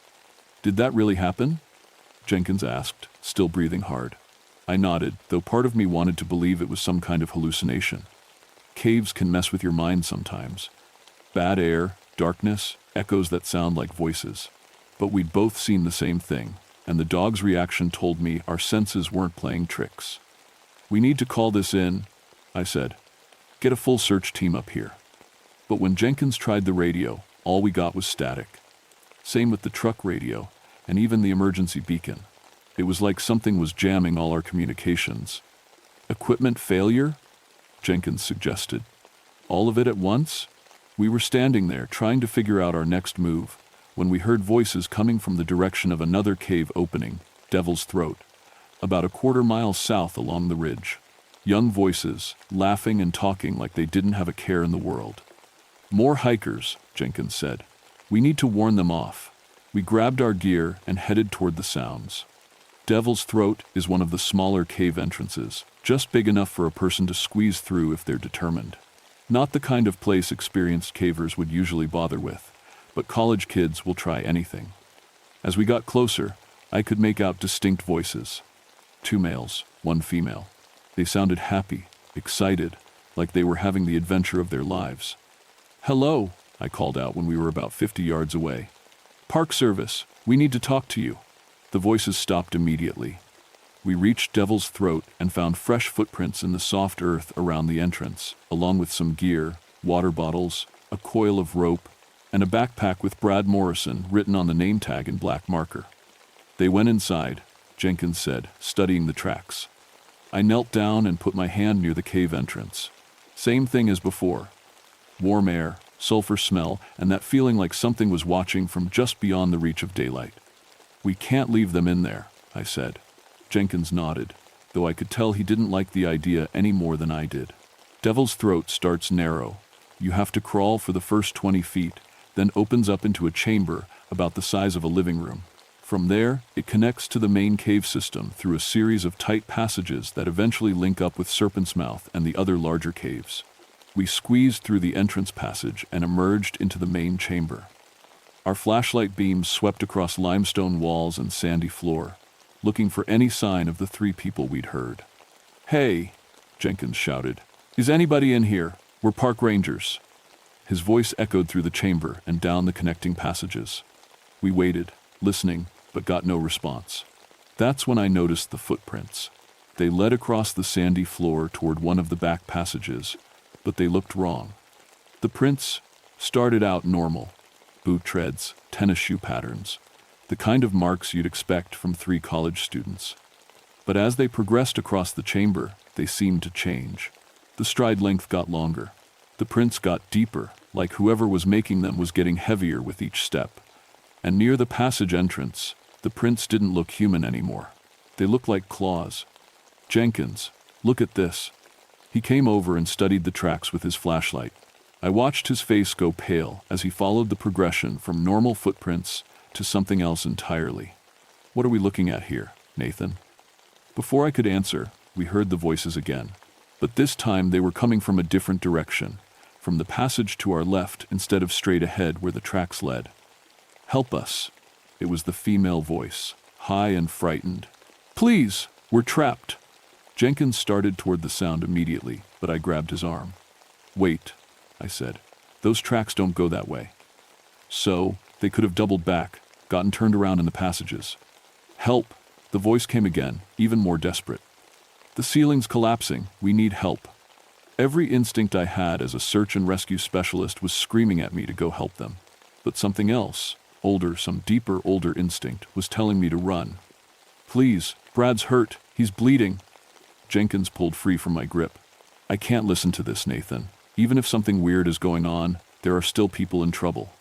He headed toward the voice, and I had no choice but to follow.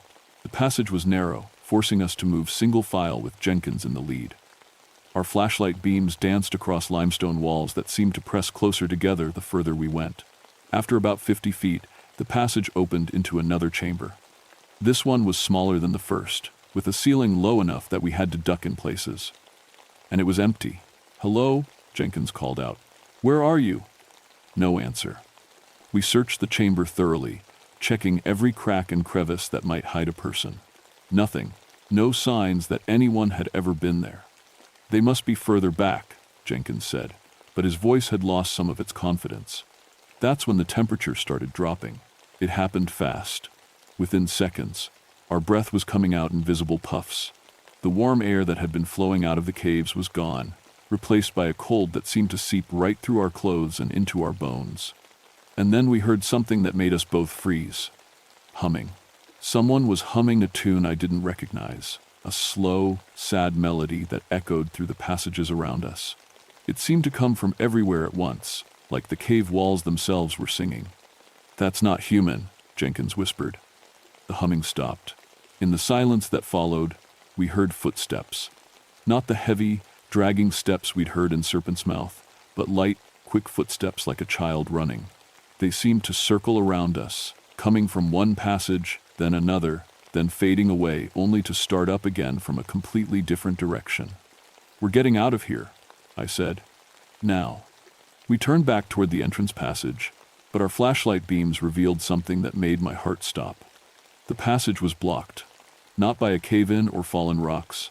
It was blocked by a wall of what looked like limestone, but limestone that was smooth and wet, like it had just formed. And in the surface of that fresh rock, I could see shapes pressed into it like fossils, human shapes. 3 figures embedded in the limestone like insects trapped in amber. I could make out faces, hands pressed against the rock from the inside, mouths open in silent screams. "That's impossible," Jenkins breathed. But even as he said it, I could see the rock was still moving, still forming, and I could hear sounds from inside it, muffled voices, scratching, tapping, like the people trapped in there were still alive, still trying to get out. The temperature dropped another 10 degrees, and our flashlights started to flicker. In the unstable light, the faces in the rock seemed to move, to turn toward us with eyes that reflected our beams like mirrors. "The other passage," I said. "We'll have to go the long way around." But when we turned toward the only remaining exit from the chamber, something was standing there waiting for us. It looked like one of the geology students at first, a young man in hiking boots and a flannel shirt. But his face was wrong. His features kept shifting, like clay being molded by invisible hands.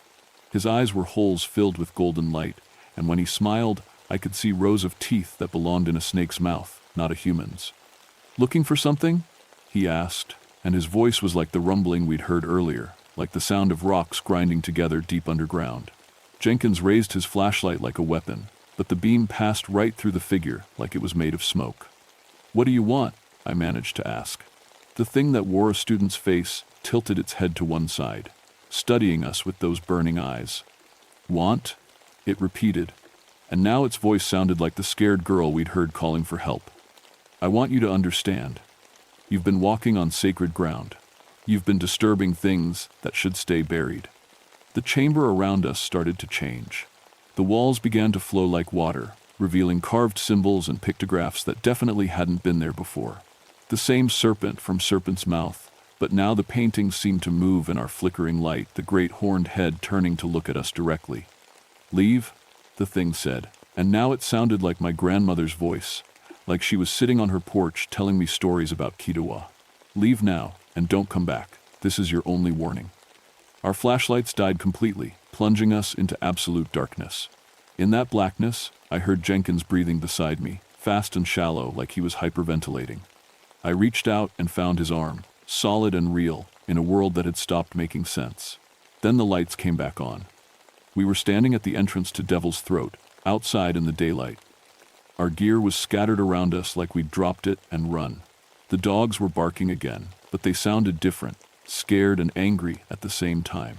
Jenkins and I looked at each other, both of us pale and shaking. "How did we?" he started. "I don't know." We checked our watches. According to the time, we'd been in the cave for less than 5 minutes. But it had felt like hours. "The people trapped in the rock," Jenkins said. "Were they real?" I thought about the faces we'd seen, the sounds of scratching and tapping from inside the limestone. Then I remembered the backpack we'd found outside Devil's Throat. I looked around for it, but it was gone. No sign it had ever been there. But the footprints were still visible in the soft earth around the cave entrance. Only now they led away from the cave instead of into it, like whoever had made them had walked backwards out of the cave, their feet never quite touching the ground. We didn't talk much on the hike back to the trucks. What was there to say? That we'd just experienced something that couldn't be explained by any rational means? That the mountain itself seemed to be alive and aware and very, very angry? By the time we reached the vehicles, the fog was rolling in thick from the valley below. Within minutes, visibility dropped to maybe 20 feet. The temperature was falling fast too. What had started as a chilly October day was turning into something that felt more like winter. "We need to get down to town," Jenkins said, loading his gear into the truck. "Call for backup. Maybe get the state police involved." I was about to agree when I heard the voices again. This time they were coming from the direction of the original campsite, and they sounded terrified. "Help! Somebody help us!" It's got Dave. Oh God, it's got Dave. Please, anyone, we're at the camp. Jenkins and I looked at each other. We both knew those voices weren't real, couldn't be real, but they sounded so genuine, so desperate, that every instinct we had was screaming at us to respond. It's trying to get us back up there, I said. Yeah. Jenkins checked his rifle, making sure it was loaded. Question is, do we let it? Another scream echoed through the fog, high and terrified. Then, silence. I thought about those geology students, about the faces we'd seen pressed into the limestone. Real or not, people were missing. 4 kids who'd come up here to study rocks and hadn't gone home to their families. We go back? I said. But we do it smart, and if things get weird again, we run. The hike back to the campsite took twice as long in the fog. We had to use our flashlights even though it was still afternoon, and every 50 feet we'd stop and listen, trying to make sure we weren't walking into a trap. When we finally reached the clearing, everything looked different. The tents were still there, but they were arranged differently. Not in the neat line we'd seen before, but in a circle around what looked like a fire pit. Only, instead of ashes and burned wood, the pit was filled with stones arranged in complex patterns, and the equipment circles we'd found earlier were gone. Instead, there were symbols carved into the earth itself, deep gouges that formed the same serpent pictographs we'd seen in the caves. This wasn't here before, Jenkins whispered. I knelt down and touched one of the carved symbols. The earth around it was warm, and when I pulled my hand back, my fingers were stained, with something that looked like sulfur mixed with clay. That's when we saw the light. It was coming from Serpent's mouth. A golden glow that pulsed like a heartbeat. Not electric light or firelight, but something else entirely. Something that made the fog around the cave entrance swirl and dance like it was alive. We should leave, Jenkins said. Call in the cavalry and come back with a full team. But even as he said it, we both knew it wouldn't matter. Whatever was happening on Devil's Backbone wasn't going to wait for reinforcements. It was happening now. And if we left, we might never get another chance to find those missing students. 5 minutes, I said. We go in, we look around, and we get out. 5 minutes. We approached Serpent's mouth with our weapons ready and our flashlights off. The glow from inside was bright enough to see by. As we got closer, I could feel heat radiating from the cave entrance, like standing near a bonfire. The sulfur smell was stronger than ever, but underneath it was something else. Something organic and alive, like the musk of a large animal. We reached the cave mouth and peered inside. The main chamber had changed completely. Where before there had been sandy floor and limestone walls, now there were carved steps leading down into a vast space that definitely hadn't existed before. The walls were covered in pictographs that seemed to move in the golden light, and the ceiling had opened up to reveal a dome that stretched up into darkness. And at the center of it all, coiled around a raised platform of carved stone, was Kitoa. It was exactly like my grandmother had described, and nothing like I'd ever imagined. 40 feet of serpentine body covered in scales that looked like black glass, reflecting the golden light in patterns that hurt to look at directly. The head was massive, bull-like, with curved horns that gleamed like polished bone and eyes that burned with their own inner fire. And arranged around the platform, kneeling in positions of worship or terror, were the 4 geology students. They were alive, but changed. Their skin had the same grayish color we'd seen on the girl in the cave, and their eyes reflected the golden light like mirrors. They moved in perfect unison, swaying back and forth in time with the creature's breathing. Jesus Christ, Jenkins breathed. The great serpent's head turned toward us, and I felt the weight of its attention like a physical force. When it spoke, its voice came from everywhere at once, the walls, the floor, the air itself. You have returned, it said, and its voice was like the sound of continents shifting. Despite my warning, I tried to speak, but my throat had gone completely dry. Jenkins raised his rifle, but his hands were shaking so badly he couldn't aim. They disturbed the deep places. Kitoa continued, gesturing toward the students with one massive coil. They broke seals that have held for centuries. They woke me from the earth's embrace. The creature's eyes fixed on mine, and suddenly I could see everything. The history of this place, the Cherokee ceremonies that had once been held here, the careful rituals that had kept the ancient guardian sleeping deep in the mountain's heart. and the slow erosion of those protections as white settlers moved in, as the old ways were forgotten, as people stopped believing in the things that lived beneath the world.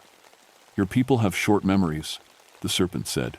You build on sacred ground and wonder why the earth shakes. You drill into the mountain's bones and act surprised when something fights back. What do you want? I managed to ask. I want to sleep, Kitawa replied. I want to return to the deep places and dream until the next age. But first, there must be guardians. There must be those who remember, who keep the warnings alive. The 4 students stood up in perfect unison and turned to face us. Their faces were serene, peaceful, but their eyes were empty of everything that had made them human. They will stay, the creature said. They will become part of the mountain, part of the stone itself. And you will carry the warning back to your people. You will tell them that some places are not meant for the living. The chamber began to shake, and I could feel the mountain itself moving around us. Rocks started falling from the ceiling, and the golden light began to fade. Choose, Kitawa said, its voice now barely a whisper. Stay and join them in eternal watch, or go and spread the word. But choose quickly. The door closes soon. Jenkins grabbed my arm. Nathan, we have to go. But I was thinking about my grandmother, about the stories she'd told me on summer evenings, about respect for the old places, the sacred places, the things that were older and wiser than human understanding. I reached into my pocket and pulled out something I'd carried for 18 years. A small pouch of tobacco my grandmother had given me before she died. For the spirits, she'd said, in case you ever need to make peace. I opened the pouch and scattered the tobacco on the chamber floor. We understand, I said, speaking to the great serpent in words my grandmother had taught me long ago.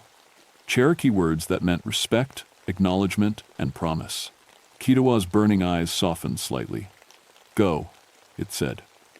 Remember, and keep others away. The chamber collapsed around us as we ran, Jenkins pulling me along when my legs nearly gave out. We burst out of Serpent's Mouth just as the entrance sealed itself behind us, tons of limestone flowing together like water until there was nothing but solid rock. The fog lifted suddenly, and we could see the entire ridgeline. Every cave entrance had been sealed.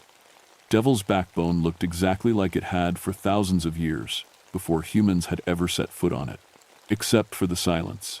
The unnatural quiet that had started this whole thing was gone, replaced by the normal sounds of mountain life.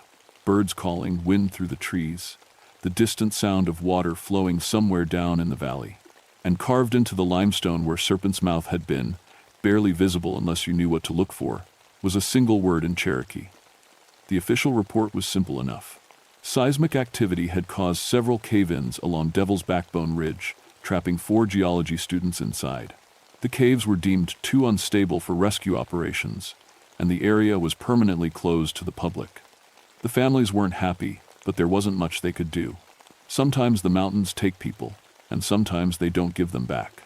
Jenkins requested a transfer 2 weeks later. Said he wanted to work somewhere flatter, somewhere with fewer caves. I didn't blame him. We never talked about what we'd seen, but I could tell it was eating at him the same way it was eating at me. I stayed on Devil's Backbone for another 5 years before retiring. Kept hikers and climbers away from the sealed cave entrances, told them about unstable rock and dangerous gases. Most listened. A few didn't, but they always seemed to change their minds once they got close to the ridgeline. Something about the place just felt wrong to them, and they'd turn back without really understanding why. The Cherokee tribe sent a delegation up to the ridge 6 months after the incident. They performed some kind of ceremony, burning sage and tobacco, speaking in the old language. They thanked me for respecting the old ways and asked me to keep watching the mountain. The guardian sleeps now, the tribal elder told me. But it dreams, and if it's disturbed again. He didn't need to finish. I understood. I've been retired for 15 years now, but I still drive up to Devil's Backbone once a month. Just to check. The sealed cave entrances remain sealed, and the ridgeline stays quiet. But sometimes, on foggy days when the light hits the limestone just right, I can see shadows moving behind the rock, patient shadows, waiting. The land developers have been sniffing around lately, talking about building a resort up there. Prime mountain views, they say. Perfect for a ski lodge or luxury cabins. They've offered the Forest Service a lot of money, And budget cuts being what they are, I'm worried someone might be tempted. That's why I'm telling this story now. Because my grandmother was right, some places aren't meant for the living. Some things are older and more powerful than human ambition, and they demand respect. The Cherokee have a saying, "The mountain remembers everything and forgets nothing." Devil's Backbone remembers 4 young people who thought they could study sacred places like any other rocks. It remembers a time when people knew enough to stay away from the deep places, the old places, the spots where the earth itself was alive and watching.